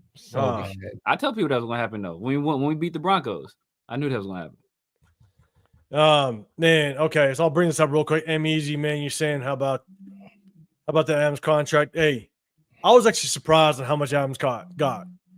To be dead honest, I was surprised. I think it was what do you get? Like $42 million. Yeah, like you got how much? It's more than that. I think it was more than that. I think it's like 45. It's like 45. Yeah, I thought it was like 25 million a year or something like that. I thought. Yeah. Well, I saw the 40s, so it could be. It's like okay. 45 or something like that. But 2 year 45 for Devontae Adams. Maybe that's it. That's crazy. Man. Hey, look! If you put him on the other side of Cooper Kupp, I ain't mad. They already got they got Kyron Williams already. Oh, it's gonna get that. Nesto. He is gonna absolutely go crazy. Don't be surprised if he has an All-Pro year. He gonna go crazy until he get that text from Aaron Rodgers like you want big kid. You have to get traded. What up, big head? You have to get traded. Like what up, big head? I miss you. Exactly. Like I don't know if this is working out, Sean. I don't know if this is working out, Matt. I'm sorry. Nah, honestly, man, that's the perfect place for him. Like Sean McVay. Sean McVay gonna know how to use him. Yeah, with Stafford, like he's gonna get him the rock. And then, like I said, there's gonna be some teams that's gonna put their cornerback 1 on Puka. So Devontae is gonna cook quarterback 2s. Yeah. Oh no, he is 100%. Cassius Savion was a chess catcher. Look, I'm with you. Like, he's not the purest of receivers, but he's a pure athlete. He's a weapon. 6'5". Yeah, so, but and what you can that give him sound later like? rounds, so I'm cool. It sound like Quentin Johnson. like if But the thing is, like, if we could trade DCam and get it, and whoever. but here's the thing, like, but you can get him in the later rounds, and that's why it's justifiable. So that's the only reason why it's justifiable. So I'm with you. Just thinking about saying, time to take a shot at the boys, 100%. Okay, I'll pour another one for you, Jen. We're gonna do it. I'm pouring another one for you. I'm good. I'm loving it. Ray, you're saying Tutu Atwell, better version of Trey Tucker. I actually like Tutu Atwell. I like Tutu Atwell too. I really do. Play well for the Rams too. Yeah. Shout out Ray. Make sure y'all hit up Ray too, man. The dude knows his stuff. He has a channel. He does. I like watching it, especially I think he goes on with you or even Pharaoh. Yeah. Shots at Pharaoh. Right away, man. Appreciate you coming through. Kobe Lakers 24. What's up, man? You're saying Raiders drafting QB Sanders, if not running back Genty or DT Mason Graham or cornerback Will Johnson. I think Mason Graham's out. I'm not. We've Genty talked about should be out. And if any of you guys caught me yesterday, I talked to Rundown, Jay, just Raiders baby. We talked about Shador at 6, or just Shador in general. And I'm not a fan of Shador. I'm not a fan of Shador at 6. I have more of a late second, early third grade on him. That's what I got him at. Damn. That's what I got him at. I don't see him. That's crazy. That's crazy. It's not crazy. Not liking him, but you talking about third round?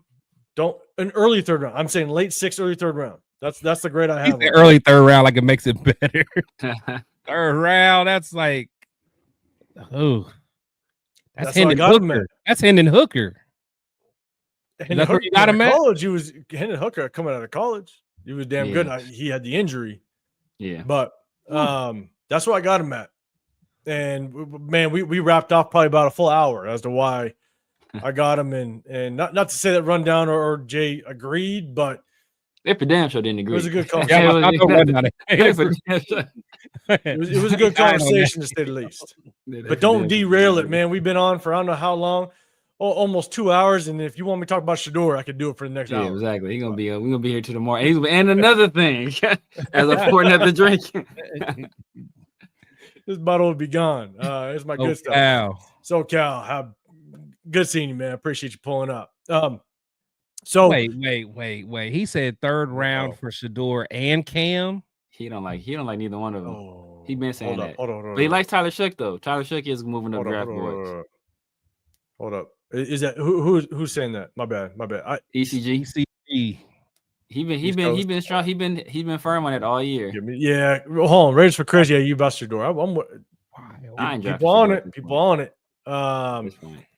Mike Green would be a fun trade. I'm gonna get down there. Hold up. Yeah, that would be Hummer BS. Appreciate you, man. I wouldn't mind a trade back, recoup, especially if we can get another second or third, recoup that third we just traded for Geno. This draft is super deep in the middle round. So the third, fourth, fifth, you're gonna get some good players, especially running back. Kevin Lurk, you saying Membo? I like Membo. I like Kelvin Banks better. If we're gonna take something in the first, nobody. This is killing me. Nobody said you ain't never heard nobody say a motherfucking word about no Membo until the combine. Now everybody like Membo's he's a beast. You didn't hear none of these dudes talk about no Membo. Now he's everybody. I can't stay in the combine, man. I had seen like 5-6 people say Membo. Yeah. So I'm with you because when I watched him, I was like, okay, cool. So I went back and watched the film. I said, look, he's a beast. Like he's gonna get after you. Yeah. But he's stiff as shit. Oh, he's stiff as hell. Like I just, to me, I feel like he's not worth a 6. A lot of people are saying 6. I'm like, no, he's not even worth a 6. I'll take Kelvin Banks at 6 over him. For sure. And so Jason Freedy, what's happening, man? Genty's but this running back, it's running back class is deep, man. I can't pull it on 6. That's just me. Yeah, I can't do it. I think when people hear us say we don't want Genty, it's just not at 6 and not in this draft class. Like we said, Genty is by far the best running back, but when you got someone like, Henderson and some of them other guys. I mean, Henderson literally might go in the 3rd round. And it could be a difference in mentality because I like building the trenches. And so if you build the trenches, that means that you can get a, low-end free agent running back or maybe a guy later in the draft that could run behind a good offensive line. And so it could be just a difference in mentality, to be dead honest with you. But that's mine, is build the trenches first, and you can run anybody behind them for the most part. Brady Lynch is still in the building. Appreciate it. Make sure you guys go say what's up to him. Check out his channel. Just win, baby. You're saying Genty, Will Johnson, Abdul Carter. Man, you off on all of what we're talking about. But yeah, if you love it, roll with it. Appreciate you. Okay, so is this it? East Coast, we did 2 mock drafts. Which was not based on consensus, and we had Will Howard. For us. Okay. At 6? Yeah. You think he's going to roll at 6? That's what I'm saying. I ain't know all the context. I just so happened popped in and saw that. I'm like, I'm on the wrong channel. I'm on the wrong channel. I done got catfish. I had to go find the real East Coast. Okay, Siobhan. Let's do this. No, hold on. East Coast. I like Siobhan Rebel. I like Siobhan Rebel. Not at 6 though. Yeah, no. We trade back in the 1st round. He's a good corner. He's a good corner. But people got Jahdae Barron above. I mean, people got what's Will Johnson right now? It's probably Will Johnson, Jahdae Barron, Siobhan Rebel. If Morrison was healthy, he'd probably be number 2 behind. He'd probably be number 2 behind. It'd be him and Jahdae Barron behind Will Johnson for number 1 corner. People are worried about Will Johnson because he had the injury, and I think he just popped up again. He got a hamstring, so he can't even work out a Michigan Pro Day. So he's gonna have his own private workout. So that's why people were kind of getting kind of iffy on him. But that dude was generational, in my opinion. Yeah, so East Coast man. East Coast man, if you missed it, go back. I was on Rundown's channel yesterday. We talked about Shador, stuff like that. So go back and if you can, check that out because I kind of gave my opinion on Shador. But he got Revel at 6. Is that what he's saying? Yeah, he said he's taking Revel. I like Revel, but not at 6 though. I ain't doing that at 6. Yeah, Def Paul Pickers saying Raiders at 6. It's Shador or Carter. I don't see Carter anymore. I don't see Carter being there, even with that foot injury. John Kim. I struggle with that. I'm gonna tell you. I don't know where to go, guys, because man, this chat is live. I had some shit pulled up. Everybody's talking about the draft. I'm big right now. I'll be honest. I'm big on Tedrick McMillan at 6. I think there's a lot of people still high on Genty, and I think that might be just a difference in opinion as to how you attack the strategy of the roster. And so I'm still going to drink to Adam Butler. Yeah, baby. Yeah, I'm love Adam Butler, man. Yeah, I gotta ask Dante what do you think about Tyleik Williams out of Ohio State. He's a big boy too. State? Yeah, he's big. He's big body. He's freak athlete out of Ohio State. As D tackle. I think he's like 6'3", 330, something like that. 6'4", 6'3", 330. So let's do this. I had a couple more topics that I wanted to definitely bring up, and because we kind of speed through them real quick. Well, because we had a bunch of different things pop up. The Adam Butler thing, rocked up real quick. Let me think. What did I had on? Let's see. You want to go Geno? Probably Geno. I'm assuming. We can go Geno. Let's do Geno. Okay, let me go back to the big screen. We're going to talk about Geno because there's been rumors thrown around a little bit about Geno, and I'll pick that up real quick, and I'm going to get everybody's opinion on this. Severe, you had a good one. I'll be real. We brought it up, so bang. Oh, nope, wrong one. Where's that? Bang. Okay. So, Raider Resistance, man, if you're in the building, shout out to you, man. So Geno Smith, $31 million cap hit won't hit against the Raiders potentially this year, right? And if you guys can't see, I'll try to blow it up a little bit. It's saying Geno Smith 31 cap hit will not occur against the Raiders, will not count against the Raiders per Tashawn Reed. Las Vegas Raiders agreed to a principle to send the third round overall pick. We all know that, according to league sources. But the trade can't be finalized until the 2020 league year, which is on Wednesday. That means that Smith's 31 million cap hit for 2025 won't count on the Raiders' books. Now, I guess my biggest thing, right? And I think it was kind of misconstrued just a little bit. And I know Raiders Resistance, you're in the comments a little bit, and you kind of cleared some things up. Is I think it's as it stands right now. Once the new league year actually hits, then it's going to go ahead and hit us. And so, Severe, man, I'm going to throw it to you. You had a good analogy on it. Yeah, I was telling the guys. So, free agency doesn't start on Monday. Like that's just the legal tampering period. So we like nothing is official until that Wednesday. So just because that money's not off our books yet doesn't mean like it's not going to be off our books come next. So even when we were looking at Spot Track and all this other stuff, none of these contracts are official until Wednesday. So all these cap numbers we're looking at, all of those are estimations until actual numbers and go in and pen gets put to paper on Wednesday and everything is official, right? Except our own re-signings, of course.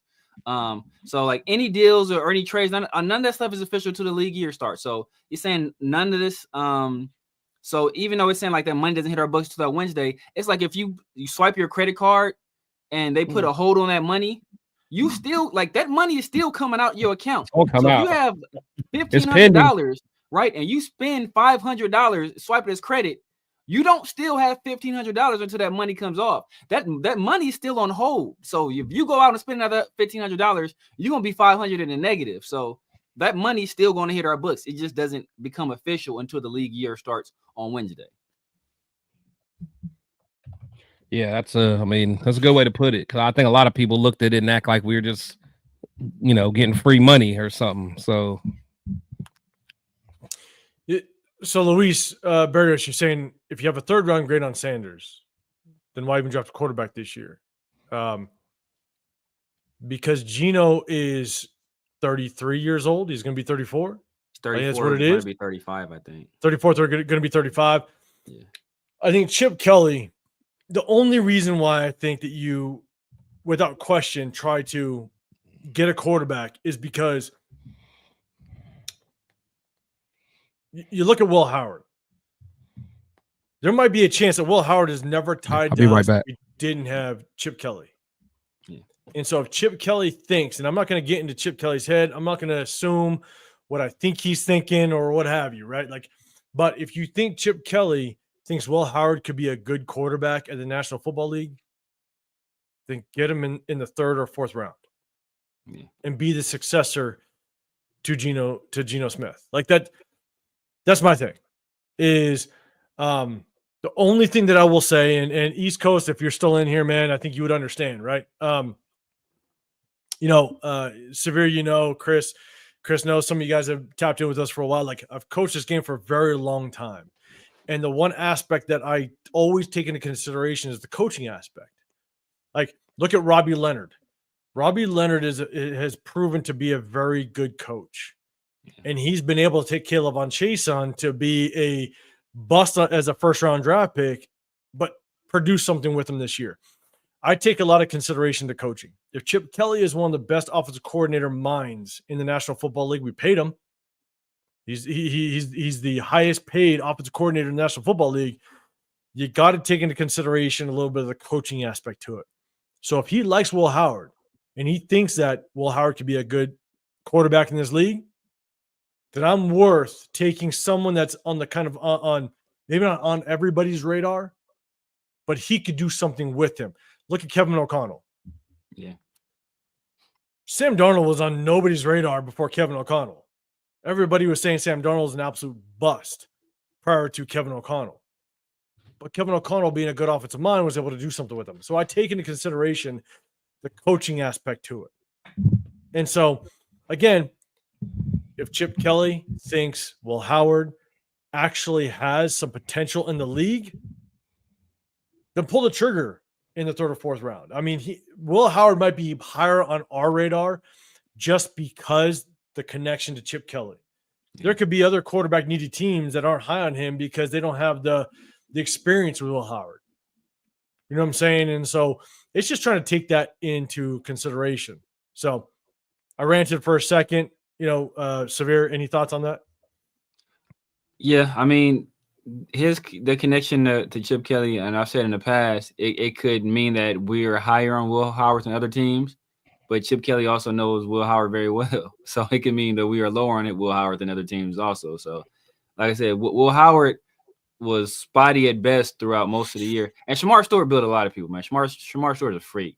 Shamar Stewart is a freak of an athlete. But back to Will Howard. So early in the year, Will Howard was very suspect, extremely suspect, with he has 2 first-round receivers, a top 5 receiver and another first-round receiver on this team, and Egbuka, plus the other guy that they have at receiver is going to probably be drafted at some point too in the future, plus 2, of the top 10 running backs in the nation as well.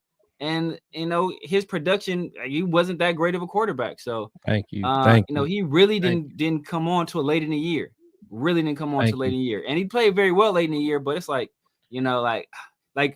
people that I know that watched Ohio State said if they Cal McCord would have done infinitely better in that same offense than Will Howard did. Like Cal McCord would have lit stuff up.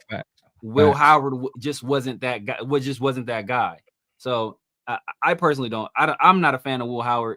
I know some people like him. He has some size to him, has some mobility. But for a guy with his size and his weight, he has an average arm at best.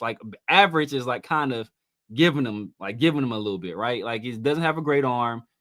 You can kind of see him trying to push throws and trying to drive throws. So when he does that, his accuracy starts to wane because he just doesn't have the arm strength. I'm just not a fan of the guy. Not a fan of the guy. But people saw him in the playoff. It's almost like when I don't want to compare the same situation, but it's like when Al Davis watched Jamarcus Russell carve up Notre Dame. Brady Quinn. Notre Dame. And it was in the Sugar Bowl. Yeah. That's when he decided to draft him. That's what people are doing with this Membo. That's what people are doing with Will Howard. All of a sudden they get hot at the end. And now it's like Cardale Jones. People are, oh my God, you see Cardale Jones? Oh, this guy, you see his arm? You see him go out there and be it's no, nobody cared about Will Howard all year. And then he got hot at the end of the year, and now people want him. Nobody cared about Membu till he blew up at the combine. Nobody gave a damn about Cardale Jones till he won a national championship. None of these people care about these guys till late. But they all have recency bias. So they see the guy play well late. Because, oh my, that's the guy right there. Yeah. Well, what about the entire rest of the year? Yeah, no. The thing is, if he definitely stepped it up in the playoffs. I will admit that he started balling. If they would have somehow not won the national championship for whatever reason, they would have just went off on Will Howard. All the Buckeye fans I know, just even the coach, even Ryan Day. If they didn't win that natty, they were so ready to get rid of Ryan Day, man. So they just got that springboard at the right time. But no, I agree with Severe. It's Will Howard, the best receiver in the league or in the country, 2 good running backs. I mean, I don't know, man. I think he would get exposed at the next level. That's what I think.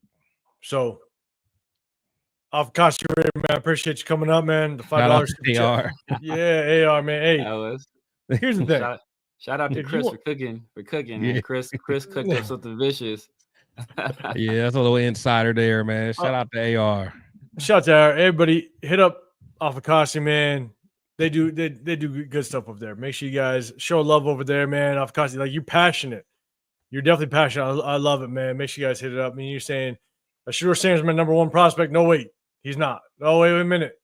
I'm with you. You know what I'm saying? But I'll be honest, for me, never been my prospect. That's just me once I watch the film. But yeah, I'm with you. Afkasi, I appreciate you coming up.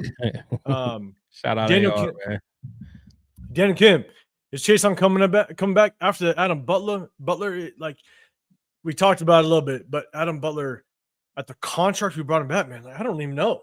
It still leaves the door open for so much with that Adam Butler contract. I almost feel like, I posted a video on Jordan Meredith, and Jordan Meredith got a $1 million contract for what he did last year. And then we get Alex Kappa at a 2-year, $11 million contract. And I'm sitting there going like, so shout to, if you're in the building, shout to someone that was in my video and commented like, you should have flipped that contract. Jordan Meredith should have got the 2-year, $11 million. Like, it's crazy. And yeah, that was wild.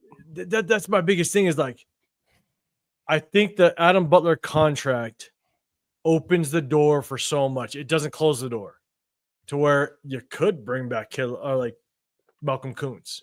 You could bring back Trayvon Merrick. Like you got him at such a bargain, which is crazy.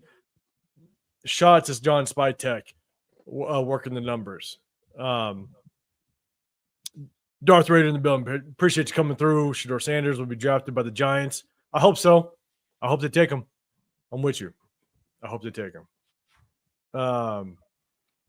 So Jason Freedy, you're saying Raiders Geno had a QBR of plus 110 in his 14 games played indoors on the road. I did see that stat. Did you see that? Okay, I didn't see that. Jason Freedy, I appreciate you bringing that up. Yeah. We obviously indoors, so that helps. 100%. So Chris, you saw that? Yeah, I saw that a stat that was similar to that. His indoor stats. So Daniel Kim, he's asking you, Severe, would you sign Caleb on Chase? And I just talked a little bit about our options, but would you bring him on? I mean, I hope we do. Especially, if we don't bring back Kuntz, I'm pretty confident we will. But even if we bring back Kuntz, I wouldn't mind. I wouldn't mind bringing Chase on back. If the price is right. But with this pass rush market, it might be a team that saw what he did last year. Like, look, we can build on that. So yeah, I don't know if it's possible to do both, but yeah, I wouldn't mind having Chase on back at all. Let's see. We're gonna keep Luis Sam tripping. Fair enough. I'm with you. We'll have fun with it. I'm just happy about Adam. The 49ers. I'm just happy about Adam Butler. Now. That's what it is. So here's the thing. There's gonna be big splashes tomorrow. And we talked about shit. The big names for us, right? Robert Spillane, Malcolm Kuntz, all that stuff. Even Trayvon Merrick. We talked about all that. We talked about, I guess the one thing we didn't talk about, and I'll bring it up real quick. And let's do this. We're running on 2 hours. How's you guys' time? You guys good? I'm good on time, man. Yeah. You guys rocking? Okay. Jonathan Studios, appreciate you coming up, man. We're all celebrating for Adam Butler. That's what we're doing. I'm gonna bring this back up. Because honestly, man, like that, the potential free agents that are still out there that we could potentially pick up, and we'll start with this, and we'll see. A lot of teams are going to bring in their own guys, like we just did Adam Butler. Robert Spillane possibly will be we hope, some of us hope, that Robert Spillane will his name will drop tomorrow. So when we take a look at this list, all right, and salute to everybody in the chat. Before we get into it, we got over 400. Make sure you guys hit that like button, subscribe. Got Chris Potential Podcast above, the Severe Raider. I'm 805 Raider, Real Talk Raider Nation. I appreciate everybody in the chat, especially our regulars, man. All you guys rock with us. We appreciate it. Some guys. There's been Byron Murphy Jr. that's been attached to us. Yeah. And the one thing that I want to talk about is our cornerback situation. Chris, shout to you. You were all about mention his name. I'm Ja'Cory Bennett. You were all about Ja'Cory Bennett. I'm gonna put that on my headstone when I die. Do it, going on man. his resume. That's going on his resume for sure. That's my claim. I was the only one. Bro, put it on your background. You know what I'm saying? Like I see Jackson behind you. Just put it between Ja'Cory Bennett. Right. And so, you're high on Ja'Cory Bennett even after a little bit of a struggles. That rookie year. You had Jack Jones 2 years ago, right? 2 years ago, balled out. Showed up and showed out, but had an off year. We break down film. For those of you guys who don't know, we break down film on Tuesdays during the season, and Jack Jones just very undisciplined. And can Pete Carroll get him out of that? Pete Carroll has done amazing things with defensive backfields, the whole nine. So can he get him out of it? Remains to be seen. But Byron Murphy Jr., cornerback, a lot of people kind of maybe tied us early with Will Johnson a little bit, maybe a corner. Do you think we should bring in another corner, give him back? Look, Ja'Cory Bennett is coming off of a season injury. It's hard to come back from that. So we'll see how that plays out. But should we prioritize a corner in the draft or free agency moving forward with the question marks of really both our cornerback spots? And so, Chris, I'll throw it to you first, man. Yeah, because I really like what we're doing up front. So, because again, I think the big question mark is Jack Jones. For one, is he going to be able to bounce back? For two, is he going to have the right attitude? Without that AP and Marvin Lewis there to kind of help buffer everything, are they even going to deal with his attitude or whatever? I think Pete can, but I think someone like Byron Murphy, when you lose a Nate Hobbs, you need a legitimate nickel guy, and Byron can do that. So I'm all for it. And again, I'm still getting Will Johnson because we're in a division with Mahomes. We're in a division with Bo Nix now, and then what's his name? What's the dude from the Chargers? Justin Herbert. Herbert. Yeah, so I mean we're in a division that's going to air the ball out, man. So you got to be able to have some guys that can lock some people down. Yeah, I mean, how you feel on our cornerback room, Severe? Yeah, it's questionable. I mean, people are talking about we don't know what we have at linebacker. We don't know what we have at cornerback. I mean, JB, this is his second year. His second year in the league. Two season-ending injuries. Jack Jones is an AP dependent player. So when JB's on the field, I mean, I think he has CB1 potential, right? He has the athleticism, the measurables, the traits. It's all there. It's just about, can he stay healthy? Yeah, we've already basically said Nate Hobbs ain't coming back. Right. So is you want MJ Devonshire out there covering people, or you for damn sure don't want DeCamerion out there covering nobody, unless you want. That was your dude, though. That was your dude, Devonshire. I thought Devonshire. I like Devonshire better than DeCam. I like him as a nickel. I like Devonshire as a nickel. I like him better than DeCam, and both of them was trash. So and Jack Jones is he has proved to be an Antonio Pierce dependent player. He was an Antonio Pierce at Long Beach Poly, and he was a 5-star recruit. Went to Arizona. I mean, went to SC. Or 4 or 5. He's 4 or 5-star recruit. Went to SC. Fizzled out. And what happens? Antonio Pierce gets a job at Arizona State. Brings Jack Jones over. He turns into a pretty good player. Drafted in the 3rd round, I believe, by the Patriots. Goes to the Patriots. Fizzles out. Comes over, with Antonio Pierce. Has a really good, back half of that season. And then he didn't play well last year. So now it's like you got Pete Carroll in there. Like how well is he going to play under Pete Carroll? So right, there's a lot of question marks at corner right now, and which is part of the reason why, and part of the reason why last year I wanted to trade back, get some draft picks, and pick up Super Bowl champion Quinyon Mitchell.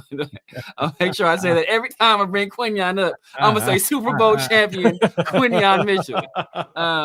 So that's what. So this year, that's why basically the entire time I've been pounding table, even before we had a quarterback, even before any of that, I've been pounding table for Will Johnson. I think Will Johnson is special. I think he's generational. And not only is he a lockdown corner, but he does what everybody was criticizing Jacorian for and Trayvon for. He takes the ball away.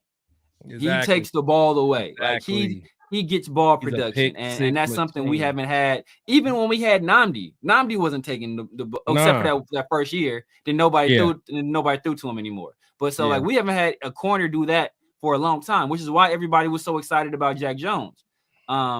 So if we get Will Johnson, I think, you know, and JB is able to stay healthy, I think we have one of the better secondaries in the league. And if we all remember, I'm sure that's what those Seattle teams were built on, mainly on the secondary.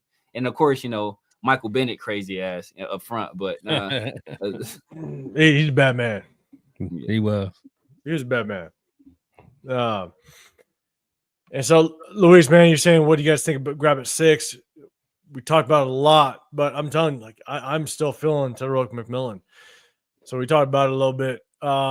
Chris, man, like, realistically, if we stayed at 6, and, you know, for those of you guys that just jumped in, you know, I'm not a big Shedeur fan, so I'm not taking Shedeur at 6.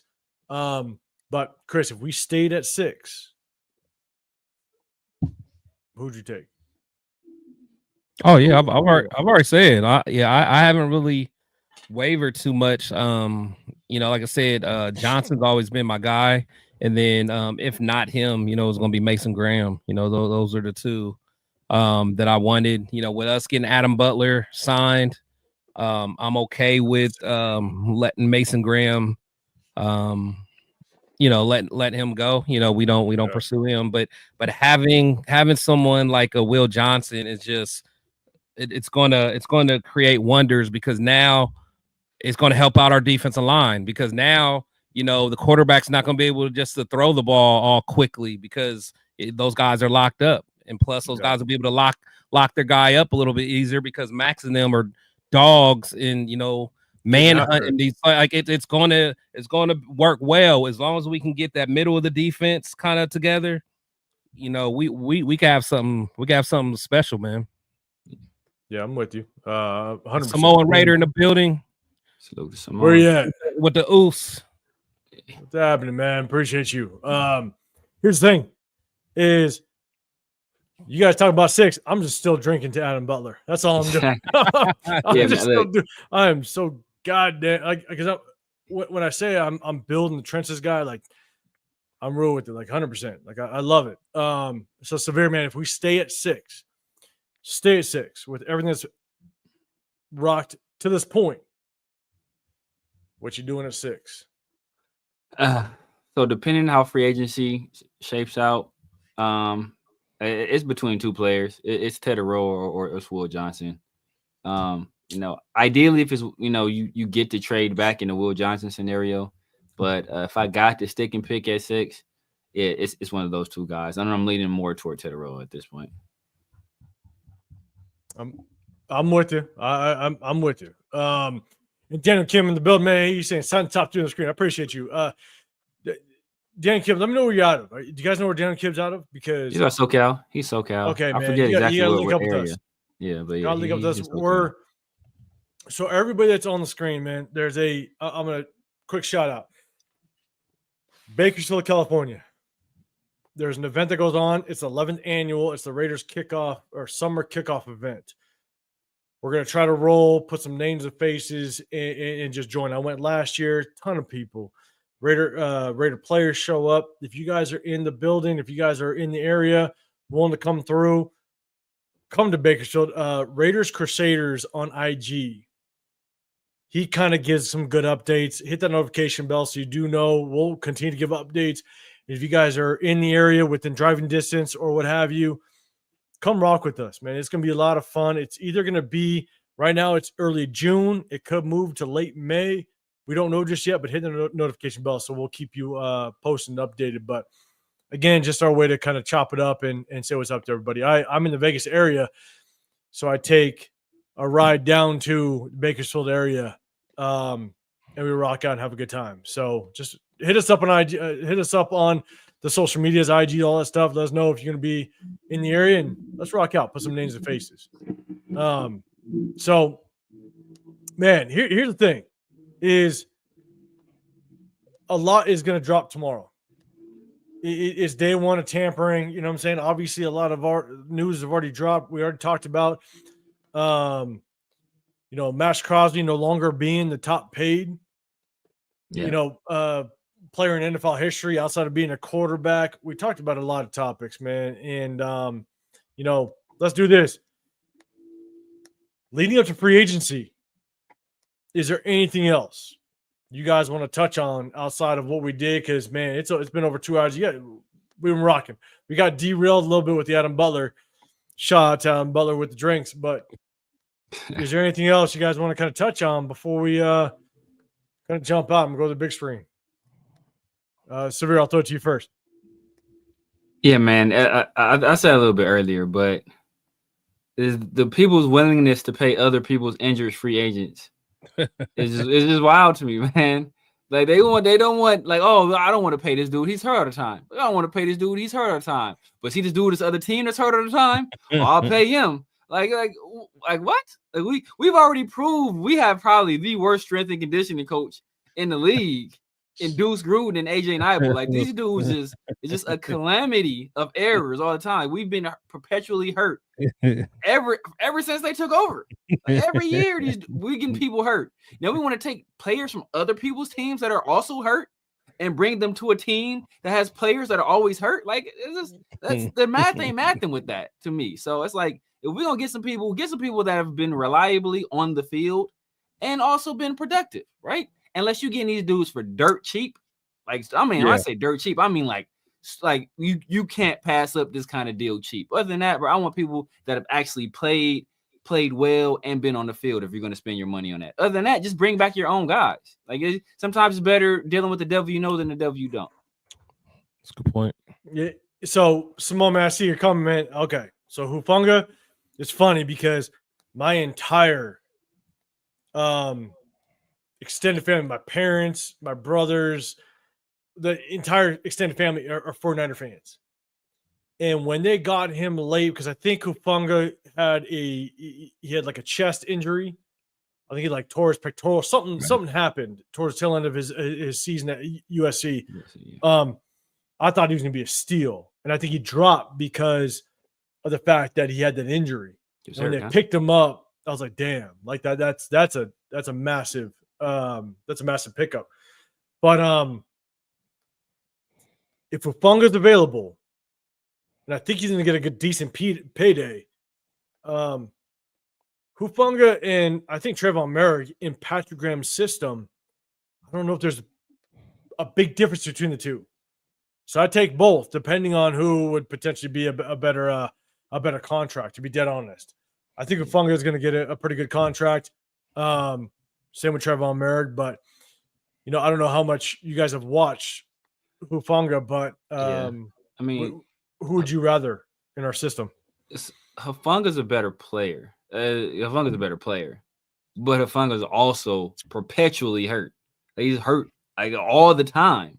Like I think he's been hurt every except for his second year in the league. Well, his first year he didn't play. He didn't start. He started. I think he began starting his second year, either second or third year. But ever since he's been a starter, I think his first year as a starter, he was healthy, and he's been hurt every year after that. So, but when he's on the field, I think he's all pro. I want to say his first year as a starter, he was an all pro player. So when he's on the field, he's a monster. But it's like how and depending on the contract, because his contract may come in at around the same rate as Trayvon, because that's what I'm thinking. Because the injury factor. Yeah. So. But we always say the best ability is availability. So, how available is this guy? Because if he's on the field, the impact is there. But that's the big, like, if what they say, if my auntie had a what's it, such and such, she'd be my uncle, right? So well, except now, look, nowadays, you can say it, but you never know. Yeah. 100%, because like the only difference here's the only thing, and when I watched Hufanga at USC, the only difference between Hufanga and Trayvon Merrick that I saw between those two, based on what I remembered of Hufanga, is Hufanga has crazy instincts. Oh yeah, I think he's got better instincts than Trayvon Merrick. when it comes to, just kind of jumping routes and being in the right position at the right time. That's what I would give Hufanga, to be dead honest. But again, it all just depends on the actual contract. So, Chris, any thoughts on the two between Hufanga, Trevon Merrick? Obviously, who knows? We might bring Trevon Merrick back. But any thoughts on that? Yeah, I mean, I think Hufanga, he's a he's a ball player. He gets after it. I think he plays the game with the intensity that you like to see, from your safety. But to be honest, I do want to see what Trey's gonna want and kind of demand in the free market. But because like I said, I really like the idea of the continuity there. I feel like parts of the defense is really starting to kind of gel a little bit. So we'll see. Yeah. I'm with you. What did Reggie McKenzie say about old boy? No, I forget the dude's name. He's a football playing Jesse. He's a football playing Jesse. About that, the dude that safety we picked up. I can't remember his name. I think it's out of Utah, right? I think I think he was Samoan dude too. I think he was Polynesian. I don't remember his name. He's a football playing Jesse. That's football play, yeah. Like what country bumpkin stuff he talking about? And Marvin Derby, man. It's a topic, and it's crazy. I think I actually caught up to the chat, which is crazy. You're saying trade back. Look, at 6, I'm willing to take calls 100%. I mean, we have now brought on Adam Butler is there, especially if he's there. Yeah, but like I'm with us bringing on Adam Butler. I think now you take the calls 100%. You always take the calls, but like I think you take the calls because if you could trade back and you have Geno Smith, right? So the quarterback conversation is kind of died down just a little bit. Now depending on what the Raiders are thinking, you could bypass a quarterback in this entire draft. Potentially. I'm not saying it's the right decision, but you could bypass the entire quarterback class because a lot of people are saying, which I would agree with, is potentially next year's quarterback class is better than this year's. You know what I'm saying? With Archie Manning possibly coming out, Drew Aller possibly coming out, like there's a good chance that the Raiders are bypassing this quarterback class, So, Marvin, appreciate the comment. My biggest question is, it's loaded. Trust me, I hate to talk about it in a sense that it's just cut and dry because so many moves need to happen so far. But like, Severe, I'll throw it to you first. Would you be surprised if the Raiders traded back? If Shador's on the board, let's say Tederick McMillan is still on the board, because I think those are probably the names that most likely will be on the board. Yeah. Would you be surprised if they move back? I would not be surprised just because at this point, I think, sticking and picking at 6, it was a lot of it was, first of all, shout out to Marvin. He looks like LL Cool J in that picture. But but I think, a lot of us wanted that because we wanted to draft a quarterback, right? And as you said, that's no longer like top priority need, So we have the ability to move back, and we can go a lot of different directions if we move back in that first round, right? We can go tackle. We can go, possibly Will Johnson. People have been kind of cooling off on him, as we said, because he hasn't worked out yet. So, maybe we trade back to, I think, what is Dallas at 12? Dallas is at 12 or something like that. We trade back to a 12. Yeah. Will Johnson still might be there, right? Or we can still, Kelvin Banks still might be there at 12. Yeah. That's a good point. Kid Rose for sure going to be gone. But so we can go a slightly different direction if we are to trade back. And then, as I said before, like Spytek strikes me as one of those guys that likes as many bites at the apple as possible, right? He wants to get as many guys in the building as he can, especially in a draft like this where there are so many good prospects at tackle, at D tackle, at edge, at running back in those middle rounds. at guard in those. Like there's so many good prospects in those middle rounds. You know, like we found a DJ Glaze. What was that? That was third round, right? Third round, you know? Yeah. So like if we get an extra third, extra second, you know, pick up another fourth, like that's extremely. That's like picking up another third round pick in this draft, especially if you going after a running back. That's like drafting a running back in a second. You know, you getting the dog. Previous years. Dog. So like I definitely think it should be on the table. So unless we got a guy there that we just absolutely love, trade back is definitely in play. Could you imagine if we didn't beat the Jags and the Saints and had those bragging rights? Man, exactly right. So everybody in the chat, like you guys know, I'll be like them banners hanging up in your houses. All you guys that rock with us for a while, you know, beat Mac Jones and damn Rattler. Got them banners hanging up. Draft capital we could have right now because we beat the Saints and the Jags. I hope those bragging rights suit you well. But Chris, man, real quick, our heated rivals, the Jaguars. Hit me up, man. Red Ball. Hit me up, big dog. But Chris, man, let me know. You know, would you trade back? Would you trade back? We're gonna get Darth Raiders a super chat. Appreciate you, but I would. Yeah, I'm not opposed to it. I'm not opposed. It depends on kind of what, you know, how everything kind of fell. I would trade back a little bit. I would, because again, like Severe said, there is, I mean, there's just a lot of talent in positions of need.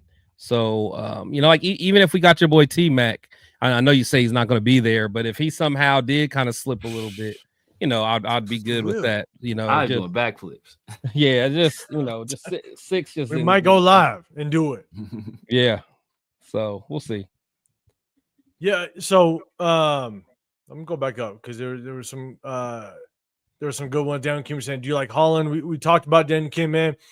I think we're fans of Holland. You know what I'm saying? It's all about the numbers. It's all about. I think Trayvon Merrick, in my opinion, just fits Patrick Graham's system so well. He's a beast. Yeah, but like Trayvon Merrick could be if you. It's all about numbers. In all honesty, at that point, you know what I'm saying. So it's tough, but here's my thing: is would I trade back? I would trade back and stay inside the top 10. If I'm reading the board right, if I'm Spy Tech, if I'm Pete Carroll and I'm reading my board right, that's the problem the Raiders have had for so long. They don't read their board right. That's why you pick a Damon Arnett in the first round. You don't read the board right. That's you know what I'm saying? And so, like, my hope is that Spy Tech and Pete Carroll, they're reading the board right. And if you drop back three spots, let's say you stay inside the top 10 and you can still get a Tederick McMillan. Bro, I'm going from like cracking my good bottle of scotch to doing backflips with it in my hand. You know what I'm saying? Like, that's my thing. That's the difference. Is if you can finally read the board right. That's why, not to derail it a little bit, but like when a good organization that drafts extremely well, like the Kansas City Chiefs, like the Baltimore Ravens, that have good front offices, and they draft the guys you want, it gives you a little more credit, right? Like cool, like they draft the guys that you want, and they draft well. And the hard part is that the Raiders have not done that in years past, outside last year. Last year's different. Yeah. You know what I'm saying? It's the first time in I don't know how many years that we have nailed the draft. I guess 2016, Khalil Mack, Derek Carr, Amari Cooper, like those type of things. But if we could trade back maybe 2 to 3 spots and acquire another second round, maybe recoup the third that we gave for Geno Smith, and still get a Tederick McMillan, I'm doing backflips with scotch in hand. Like, you know what I'm saying? Like, that's what we do. So like Chris in Vegas, not spilling the drop. Not spilling. Exactly. The drop. That's some elite athleticism. That's some Priorities, man. It's not just it's a loaded question as to whether or not you pick a 6 or you drop back or what have you. There's so many things that come into play, especially free agency hasn't fully hit. You know what I'm saying? So, Darth Raider, we're going to get back to your super chat. I appreciate you. You're saying number 1, Cam Ward to the Titans. Number 2, Ashton Gentry to the Browns. I think they might go quarterback, but like you wouldn't be surprised. Shador to the Giants. I hope so. Will Campbell before. I'm hearing Will Campbell's going to drop just because of Armland. his measurables at the draft. Yeah. Travis Hunter 5, 6, Terry McMillan. Man, if it works out that way, you got 2 guys on the screen that'd be absolutely stoked about it. I'm with you. You know what I'm saying? So if the Browns do that, all the props we just gave to the Browns GM immediately erased. Yeah, that's wild. And they could do it though. You know what I'm saying? Like they love their running backs. It's the They same head coach, same there too. Yeah, it's the same everything. You know what I'm saying? So they could do it 100%. And so we're gonna jump to James Lillard. Appreciate you. Trade back. No later than 14 and pick Gentry. Again, I'm not big on Gentry, but I'm okay with trading back if there's a clear cut strategy. Severe, would you want to trade back to 14? I'd be okay with trading back to 14. I'd be okay, depending on what we're getting. If I'm trading back to 14, I need a first in next year's draft too. I need at least a third in this year's draft and a first next year. So I got to get that if I'm trading back that far. So, and I'm still not taking Ashton Gentry. I'm still not taking Ashton Gentry. Chris, what's your thoughts, man? Would you be willing to trade back to 14? Shout out James Lillard, man, with the super chat. Would you trade back to 14? And I mean, he's got Gentry in mind. But the first question is like, would you trade back to 14? Yeah, to be honest, again, it depends on what we get back, and who's left on the board. It's tough. It's tough without knowing. But if we could get a good draft pick, I would consider it because. But the thing is, I still don't want Gentry though. I mean, even at 14, I still don't want Gentry. I don't think. Because again, there's guys I can get in the third round that may not make the impact that he makes, but a guy that can really, I think, can get it done. So, I guess I say all that to say I don't think I go back to 14. Honestly, I don't. Yeah, I ain't mad. I still want to stay in the top 10. That's my 14's a little too deep because and unless we can get a first round pick, but we're not gonna get that. Because here's my thing is like we still have, even though we brought Adam Butler and I'm drinking to it, love it, right?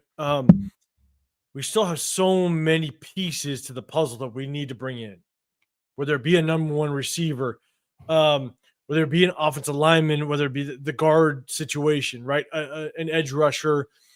We just talked about the cornerback position to where Jack Jones, there's still question marks with Jack Jones. There's still question marks with Jacoian Bennett, with him having a season-ending injury. And so at the end of the day, I think for me, it's like that we have too many holes to fill that we still need. Even if we trade back, this running back class is so deep. I can't see us pulling the trigger on a first-round running back. I really just can't. No, not this year. Not this year. You know what I'm saying? And so I've been rolling through this chat, man. James Farpa, man. Appreciate you coming up, man. I appreciate you. I'm gonna go back to we're gonna go back to the big screen. We've been rock with over 400, almost 500 consistently through this entire Appreciate everybody, man. Appreciate you guys. It's been live, man. I know that the news has been running, but just so you guys know, you guys that are new to the building, we do this on Sunday evenings. We do this on Tuesday nights. We rock with you guys. But at the same time, during the season, we also break down game film. We break down game film. We bring up plays. We do the whole nine. We appreciate everybody that rocks with us and joins the building. Even if you disagree, man, I think at the end of the day, and both Severe and Chris can agree, like, we're fans. We're fans. Oh, yeah. You know what I'm saying? Like, we bring something to the table, but we fans. And we have no ties to nothing. We don't have no ties to anybody. So we're gonna say it how we feel. And we know Severe will say it how he feels. You know what I'm saying? So like we all know that. But at the end of the day, you guys know this is what we do. And so the biggest thing is free agency is going to hit tomorrow. Like there's gonna be nothing but shit dropping. I do think that a lot of teams are going to re-sign their own guys. We just got the news on Adam Butler. Salute to Adam Butler. And that's what's going to happen maybe Tuesday, just so you all guys know, Tuesday, more shit might go down about teams signing free agents outside of their organization. And we go live on Tuesdays. So make sure you guys hit that notification bell so you guys do know when we go live. And we're going to just rock with you with the most update of news, rumors, the whole nine. So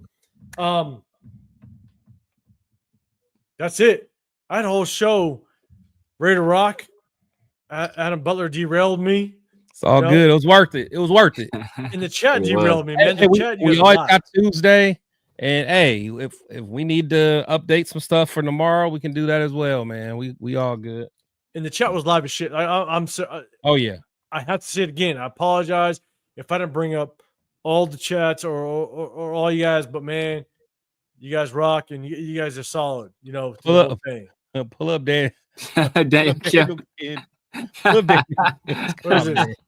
Daniel Kim. One more down. One more down. Okay. No. Okay, Geno Smith. Okay. All right. Oh, you already. I'm supposed to be boycotting this for your pizza take. Can't even be No. Yeah, with the pineapple. The pineapple. Yeah, man. Pepperoni jalapenos. Get out pineapple in there. I do pepperoni jalapenos. I'll do that. I ain't gonna lie. I don't mind pineapple. No. So look at this. Can't do it. My favorite. Okay. All right. We're gonna derail this for a second. All right. Chat, buckle up for a second. Here's my biggest, like my number one pizza, because he asked me when he walked up. I'm like, I'm a barbecue chicken guy on pizza. Like, I'm not mad at barbecue chicken, bacon, and jalapenos. Nasty. Like, yeah. I'm not. No. Not the jalapenos. Like barbecue chicken. Yeah. Jalapenos and bacon. Solid work. You know what I'm saying? That's solid. I give you solid that. work. I give you that. I usually don't like anything that wasn't killed on top of my pizza. So if it's a non-meat product, I'm cool on it. You know, I can tolerate jalapenos. I even tolerate olives. You know, but you go pineapples. Simone, hey, do that, man. Simone, you still in here? Tell me if you're still in here. I can't do that. But Chris, Samoa's Polynesian. They put pineapple on everything. Oh yeah, everything. Pineapple in there, right? They had a rice with some pineapple. Actually, that was fire though. They had some rice with some pineapple. That was fire. Yeah. That on my pizza. Play on it. That on my pizza. You know what I'm saying? Like, that's my go-to. That's my go-to is the barbecue chicken. But if someone wants to ask me about pineapple, pepperoni and jalapenos, that's my book. Come on now. That's what it is. You guys may not agree. You guys, you know what I'm saying? So let's do this Super Omicron. You're saying, right. Give me but like at all. You're saying don't mind pineapple. Chris, man, what you go to? Come on, we gonna end it with this. And I'm gonna get to James, man. Appreciate you. My actual go-to is pepperoni, sausage, and mushroom. Oh, okay. I said bacon. I do like bacon. You heard mushroom. My wife's in the mushroom go crazy on pizza. I don't mind mushroom either. I don't mind mushroom. Yeah, mushroom go crazy on pizza. I can tolerate mushroom. Yeah. So my wife, she's looking at me. My wife is about mushroom, 100%. Yeah, mushroom. And the only reason I grew, not like I'm not about mushroom, but I'm the one that eats the leftovers in the house, and I'll do it. I'll do it. Yeah. It's not too bad. It's not too bad. Not my favorite, but it's not too bad. Hey, Damn man. it. I stick to the basics, man. It's pepperoni, sausage, Double and cheese. bacon. Yeah, right. Not the Canadian bacon. The real bacon. I think Daniel Kim was in there. Who somebody said not Canadian bacon, Yeah, regular. never Canadian bacon. Exactly, regular bacon. All right, pepperoni, sausage, and bacon. It's the that's my blood pressure. Hey, I'd have had gout before. Yeah. I can't even think about that pizza, man. Man, oh yeah, you can't. Yeah, I can't. Yeah. Man, it might be another. Your ankle's swelling. old, just bro. thinking about it, just looking at it, your ankles are swelling. Oh yeah, that's when you know you're getting old, man. Yeah, it might be another segment. You know what I'm saying? Like favorite pizza toppings, man. That's crazy. But James, man, fine, my brother. James, man, I appreciate the super chat. You're saying if Campbell dropped, do you trade back and pick him? Will Campbell or Jihad? I'm sure probably Will. Maybe Will Campbell. I'm thinking Will Campbell. I like Will Campbell. I ain't gonna lie. Will Campbell too. That's like, and he I'm might have to play, but he'll play guard though. Maybe that's where I put him. I'm not gonna let his arms scare me though. Yeah, he got good feet though. Look, that's what they said about Robert Gallery too. Oh God, I'm not gonna let his arms scare me. No. But here's my thing my thing is like last year, a lot of people. That was the one knock on Talisi Pawaga, and I liked him. That was my offensive tackle, and he did a damn good job with the Saints because he started at right tackle, then they shifted him to left. And the biggest knock on Talisi Pawaga was his arm length. I'm sitting there going like, I get it. Like, don't get me wrong, but if your technique is right, you know what I'm saying? Like, if your technique is right, if your footwork is right, if you can move your hips correctly. If your eye discipline is okay, which I see out of Will Campbell, you could be okay. But with Will Campbell, I see him potentially as a guard. That's cool. That's what we need anyway. The one guy I like, though, is the kid at Arizona. The offensive tackle. The offensive dang, what's his name? Is it Savanea? Yeah, Savanea. That boy's a bad man. Yeah. I mean, from where? From Arizona. Go look him up. Like, man, I'm telling you. I'll get his name real quick. Hold on, because I put my notes in. Okay. All right, 6'4", 324. Okay. Exactly, Darth Raider. Thank you. Pineapple pizza is equivalent to apples on steak. Yeah. Wait, what? Let me cut up some put up some strawberries on this T-bone real quick. Where's he at? I'm gonna my T-bone with sliced strawberries, please. Get out of here, Darth. No, wow. Darth Raider, come to the area. We're gonna do grapes some on my grilled chicken. That's wild. Best thing though is the tackle at Arizona. You could bump him down the guard if he drops to the second. I think that's the biggest question because we all talk about first round. You know what I'm saying? D Menace, what's happening? I see D Menace. D Menace in the building. What's good, man? Appreciate you. Here's my thing is we all talk about first round. First round can go in so many different ways, but the second round, if we're not, and this is why I kind of brought up the cornerback situation. With DCAM, our fourth round, not very good. It's gonna be a struggle for him. Jacorian Bennett, Jack Jones. Is there a second, maybe third round corner that's high on you guys' radar? And I'll go first as you guys think about it. I like Trey Elmos at Ole Miss. If that kid is around the second round, and let's say in the first round we address maybe Tederick McMillan or something like that, right? We address the offense. We want to try to address the defense. And Jack Jones, I'm not gonna lie. You might see Jack Jones on a trading block. I'm just throwing it out there. Yeah. You might as well throw him out there. Trey Amos, man, is a kid that I think could be a damn good corner in National Football League. And so if we address the secondary in the cornerback position, is there anybody on you guys' radar that you're looking for? Severe, I'll throw it to you first. I think there's a guy from Florida State. Thomas. Thomas. He's a taller dude. I like Yep. him. I like his game. I like his game. Yep. And Florida State, bro, they put out some corners. Yeah. They put out some corners. So that's the guy I'll be looking at. That's the only one I can really think of that would be a second round guy. Because I don't know how far Morrison's gonna fall. Yeah, see, he might go. He actually, because his injury concerns, he might. Yeah, drop. He might. Drop. Yeah. I gotta watch more. Of Amos. Hairston. I think people were talking about him from Kentucky. Yeah.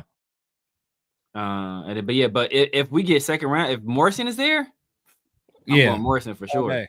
All day. I'm going Morrison for sure. Yeah. I'll have to probably look more at Morrison. Benjamin Morrison, I think, right? Yeah. Ben Morrison. Yeah, from Notre Dame. Yeah, he got hurt early in the season. If I remember, I don't think he had a chance to even play that long this year. As a pure corner, he was my number 2 pure corner behind Will Johnson. Behind Will Johnson, he's a dog. Yeah. I'm telling you, go look at Trey Amos, man. I'm telling you, this kid. Oh, Miss, right? Yeah.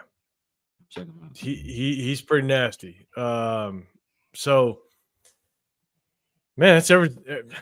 To me, I'm gonna go back. If you're still in the building, where is he at? Raiders Allegiance. Make sure you guys hit him up. Make sure you guys go to the channel, say what's up. Steak pizza fire. Yeah, do that. Cheese, Philly cheesesteak, anything. You know what I'm saying? Yeah, exactly. Fact. Yeah, true. Yeah, it don't matter if it's pizza. It don't matter. Yeah. But man, I'll tell you, I appreciate everybody in the building. I appreciate everybody coming up. We had consistent numbers, 100%. So just so you guys know, we go live tonight, Sunday nights. We go live on Tuesdays. The big free agent move is going to be tomorrow. There's going to be a lot of names that are going to be re-signed to their own teams. We already went over what we want. I to be honest, I hope I hear Robert Splain's name tomorrow. Depending on what the contract looks like, I hope I hear his name tomorrow. But at the end of the day, man, it's going to be exciting. Now the offseason has started. It's going to be fun. For those of you guys that are new to the building, we go live Sundays and on Tuesdays. We also review film during the season. But next Sunday, I think that's the time to do a full-blown mock draft. Let's rock it out now that the first wave has gone, and we're going to make it right. And so we appreciate you guys. Severe, let everybody know in the building what you got rocking and what you do throughout the week. You guys know what it is, man. The Severe Raider, YouTube, IG, X, Snapchat, TikTok, just about everywhere. All social media is going to be at the Severe Raider. Y'all find me here Sunday nights with my dogs, man, the Raider War Room. Also Tuesday nights, late afternoons, depending on where you're at. With my same guys, and then Tuesday late evenings, sometimes Wednesday morning. The 50-50 show with my boy with my boy PharoahNFL, man, and we also got Around the Shield.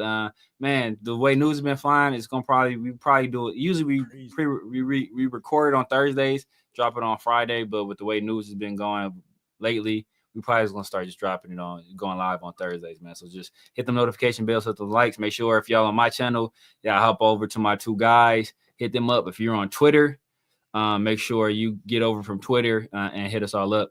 Hit those likes and subscribe buttons and hit those notification bells because news is about to start flying. It's that time of the year. Where you're gonna look up. Free agency is here. You're gonna look up. It's gonna be draft time, and y'all want to make sure y'all stay locked in because we got some of the best Raider content in all of the world, not just all of the world. So y'all don't want to miss a thing. 100%. I mean, shots of D Menace and Daniel Kim and all those the mods, man. The mods, the whole nine, shout to you guys. You know what I'm saying? You guys need to come with us. Rock with us when we do our get-togethers, the whole nine, man. D-Mess, I know I linked up with you at one point in Vegas, and Daniel Kim. I gotta say what's up to you. But shout out to everyone in the building. Just so you guys know, either hit up Raiders Crusaders on IG. It's the Raider Nation kickoff, summer kickoff. We're gonna do an event. 100%. We're gonna be in town, Bakersfield, California. If you're still in California, if within driving distance, make sure you guys hit us up. Turn those notifications because we're going to continue to update you on that event. It's our opportunity to put name to faces. It's a massive. It's the 11th annual event for them. Raider players come in. You have an opportunity to get some shit signed, the whole nine. So make sure you guys hit up IG Raiders Crusaders about the Raider Nation Summer Kickoff 2025 11th annual. So, but shouts to the mod, D Menace, Daniel Kim, appreciate you. Yeah, Chris, right. let everybody know what you got going on outside of the Raider War Room. Let us know. Raider War Room every Tuesday and every Sunday with my brothers, man. I know every time I get on here and tell y'all about me starting my show again on Thursday, and I still haven't done it yet, but it's okay. You're dealing with a guy with ADD, and I'll be forgetting sometime, or I don't be focused. Me and Severe were supposed to have a show together like months ago, and neither one of us got it going. But just know, just make sure you subscribe to me. I'm on all social media platforms. Just to talk ball. I always respond to everybody, man. And eventually I'm gonna get my show back. And I always like to have fans on there with me, and we can just kind of talk ball and just have fun with it, man. But I absolutely love having this show, my brothers, man. Also, I do the weekly wire with my boy Dub Raider. It's actually on his channel. It's every Saturday, so lock in with him. And just be on the lookout, man. There's gonna be a lot of news coming up, man. We got this free agency, like you said, pretty soon is gonna be the draft, and then it's gonna be nonstop, and we're gonna keep bringing y'all the best content out there, man. Authentic content, man. But yeah, man. And just real quick, if y'all, if they make sure y'all check out the weekly Raider Wire on Dub Raider channel. It's a good show, man. If y'all got somebody that's a Raider fan, but they don't know like a lot about football, and they really interested in learning more, something that's short, digestible, basically straight to the point. That's a perfect little introduction. That's like the gateway drug. That's like weed in high school, right? That's like, like before you start dropping acid and stuff, like that's what that is. Before you start dropping if they can't tolerate, you don't want somebody yelling all in your videos and come on to the weekly wire. So, hey, real quick, appreciate that, fam. Appreciate that. Mario Q, man, anything popping in Vegas to the draft. If you're in the Vegas area, we're gonna do some things. We just so you know, if you didn't know before, just a month ago, Chris, Severe, myself, we did a big event at the Barcode Burger in Vegas. And so, man, if you're in the Vegas area, let us know. Hit us up on IG, the whole nine. We're gonna do some things this season. I think it was a big success. We did some good things, and we're gonna keep it popping, 100%. So hit that notification bell. For myself, the only thing I will start with is Adam Butler got signed. On the back. I'm pouring one more time for you guys. Adam Butler. I'm keeping it consistent. You guys know, like Adam Butler being signed is probably one of the biggest moves I have seen with the Raiders in a long time. You know what I'm saying? Yeah. So I love it. I love the signing. I love it. Shout out to Adam Butler, but I'm 805 Raider, Real Talk Raider Nation. I rock with my guys, Chris, Protect the Show podcast, as well as the Severe Raider. I will also kind of post my own videos as time goes on. If news drops, I'll post some videos. But at the end of the day, I rock with my guys because here's my thing, is that there's not very many content creators that can bring some knowledge as well as really some depth to the conversation. There are some people that can, but these two guys, as well as myself, in the combination of the three, we can bring some depth. And so we appreciate everybody that tapped in with us tonight and keep rocking with us. We rock Tuesday or Sunday nights, as you can see, but we also rock Tuesdays. And when the season starts, we also break down film. And I think a lot of people have got some good content out of the breakdown that we do throughout the season. I've got a lot of people that said, hey, I learned a lot. Jeff, any Raider boosters, you see him throughout the chats. He says that he learns a lot, which is great. And that's what we want to do. We want to just throw some knowledge out there and have a good time. So we appreciate all you guys. And, you know, at the end of the day, there's going to be a lot of Raider content that's about to rock very soon. And so tomorrow's going to be light, and we're going to make sure we're right. So, Chris, as a reminder, Protect Your Podcast, The Severe Raider, I'm 805 Raider, Real Talk Raider Nation. We appreciate you guys. Daniel Kim, all you guys, we appreciate you rocking up. Appreciate every last one of y'all, man. Yeah. Facts. Have a great rest of your Sunday, great rest of your week. Tap in with us on Tuesday, especially after a big flurry on Monday on free agency. Hit that notification bell. Appreciate you guys. So we'll see you guys in the next one. We're out. Peace. Michael Huff had 11 Adam Butler.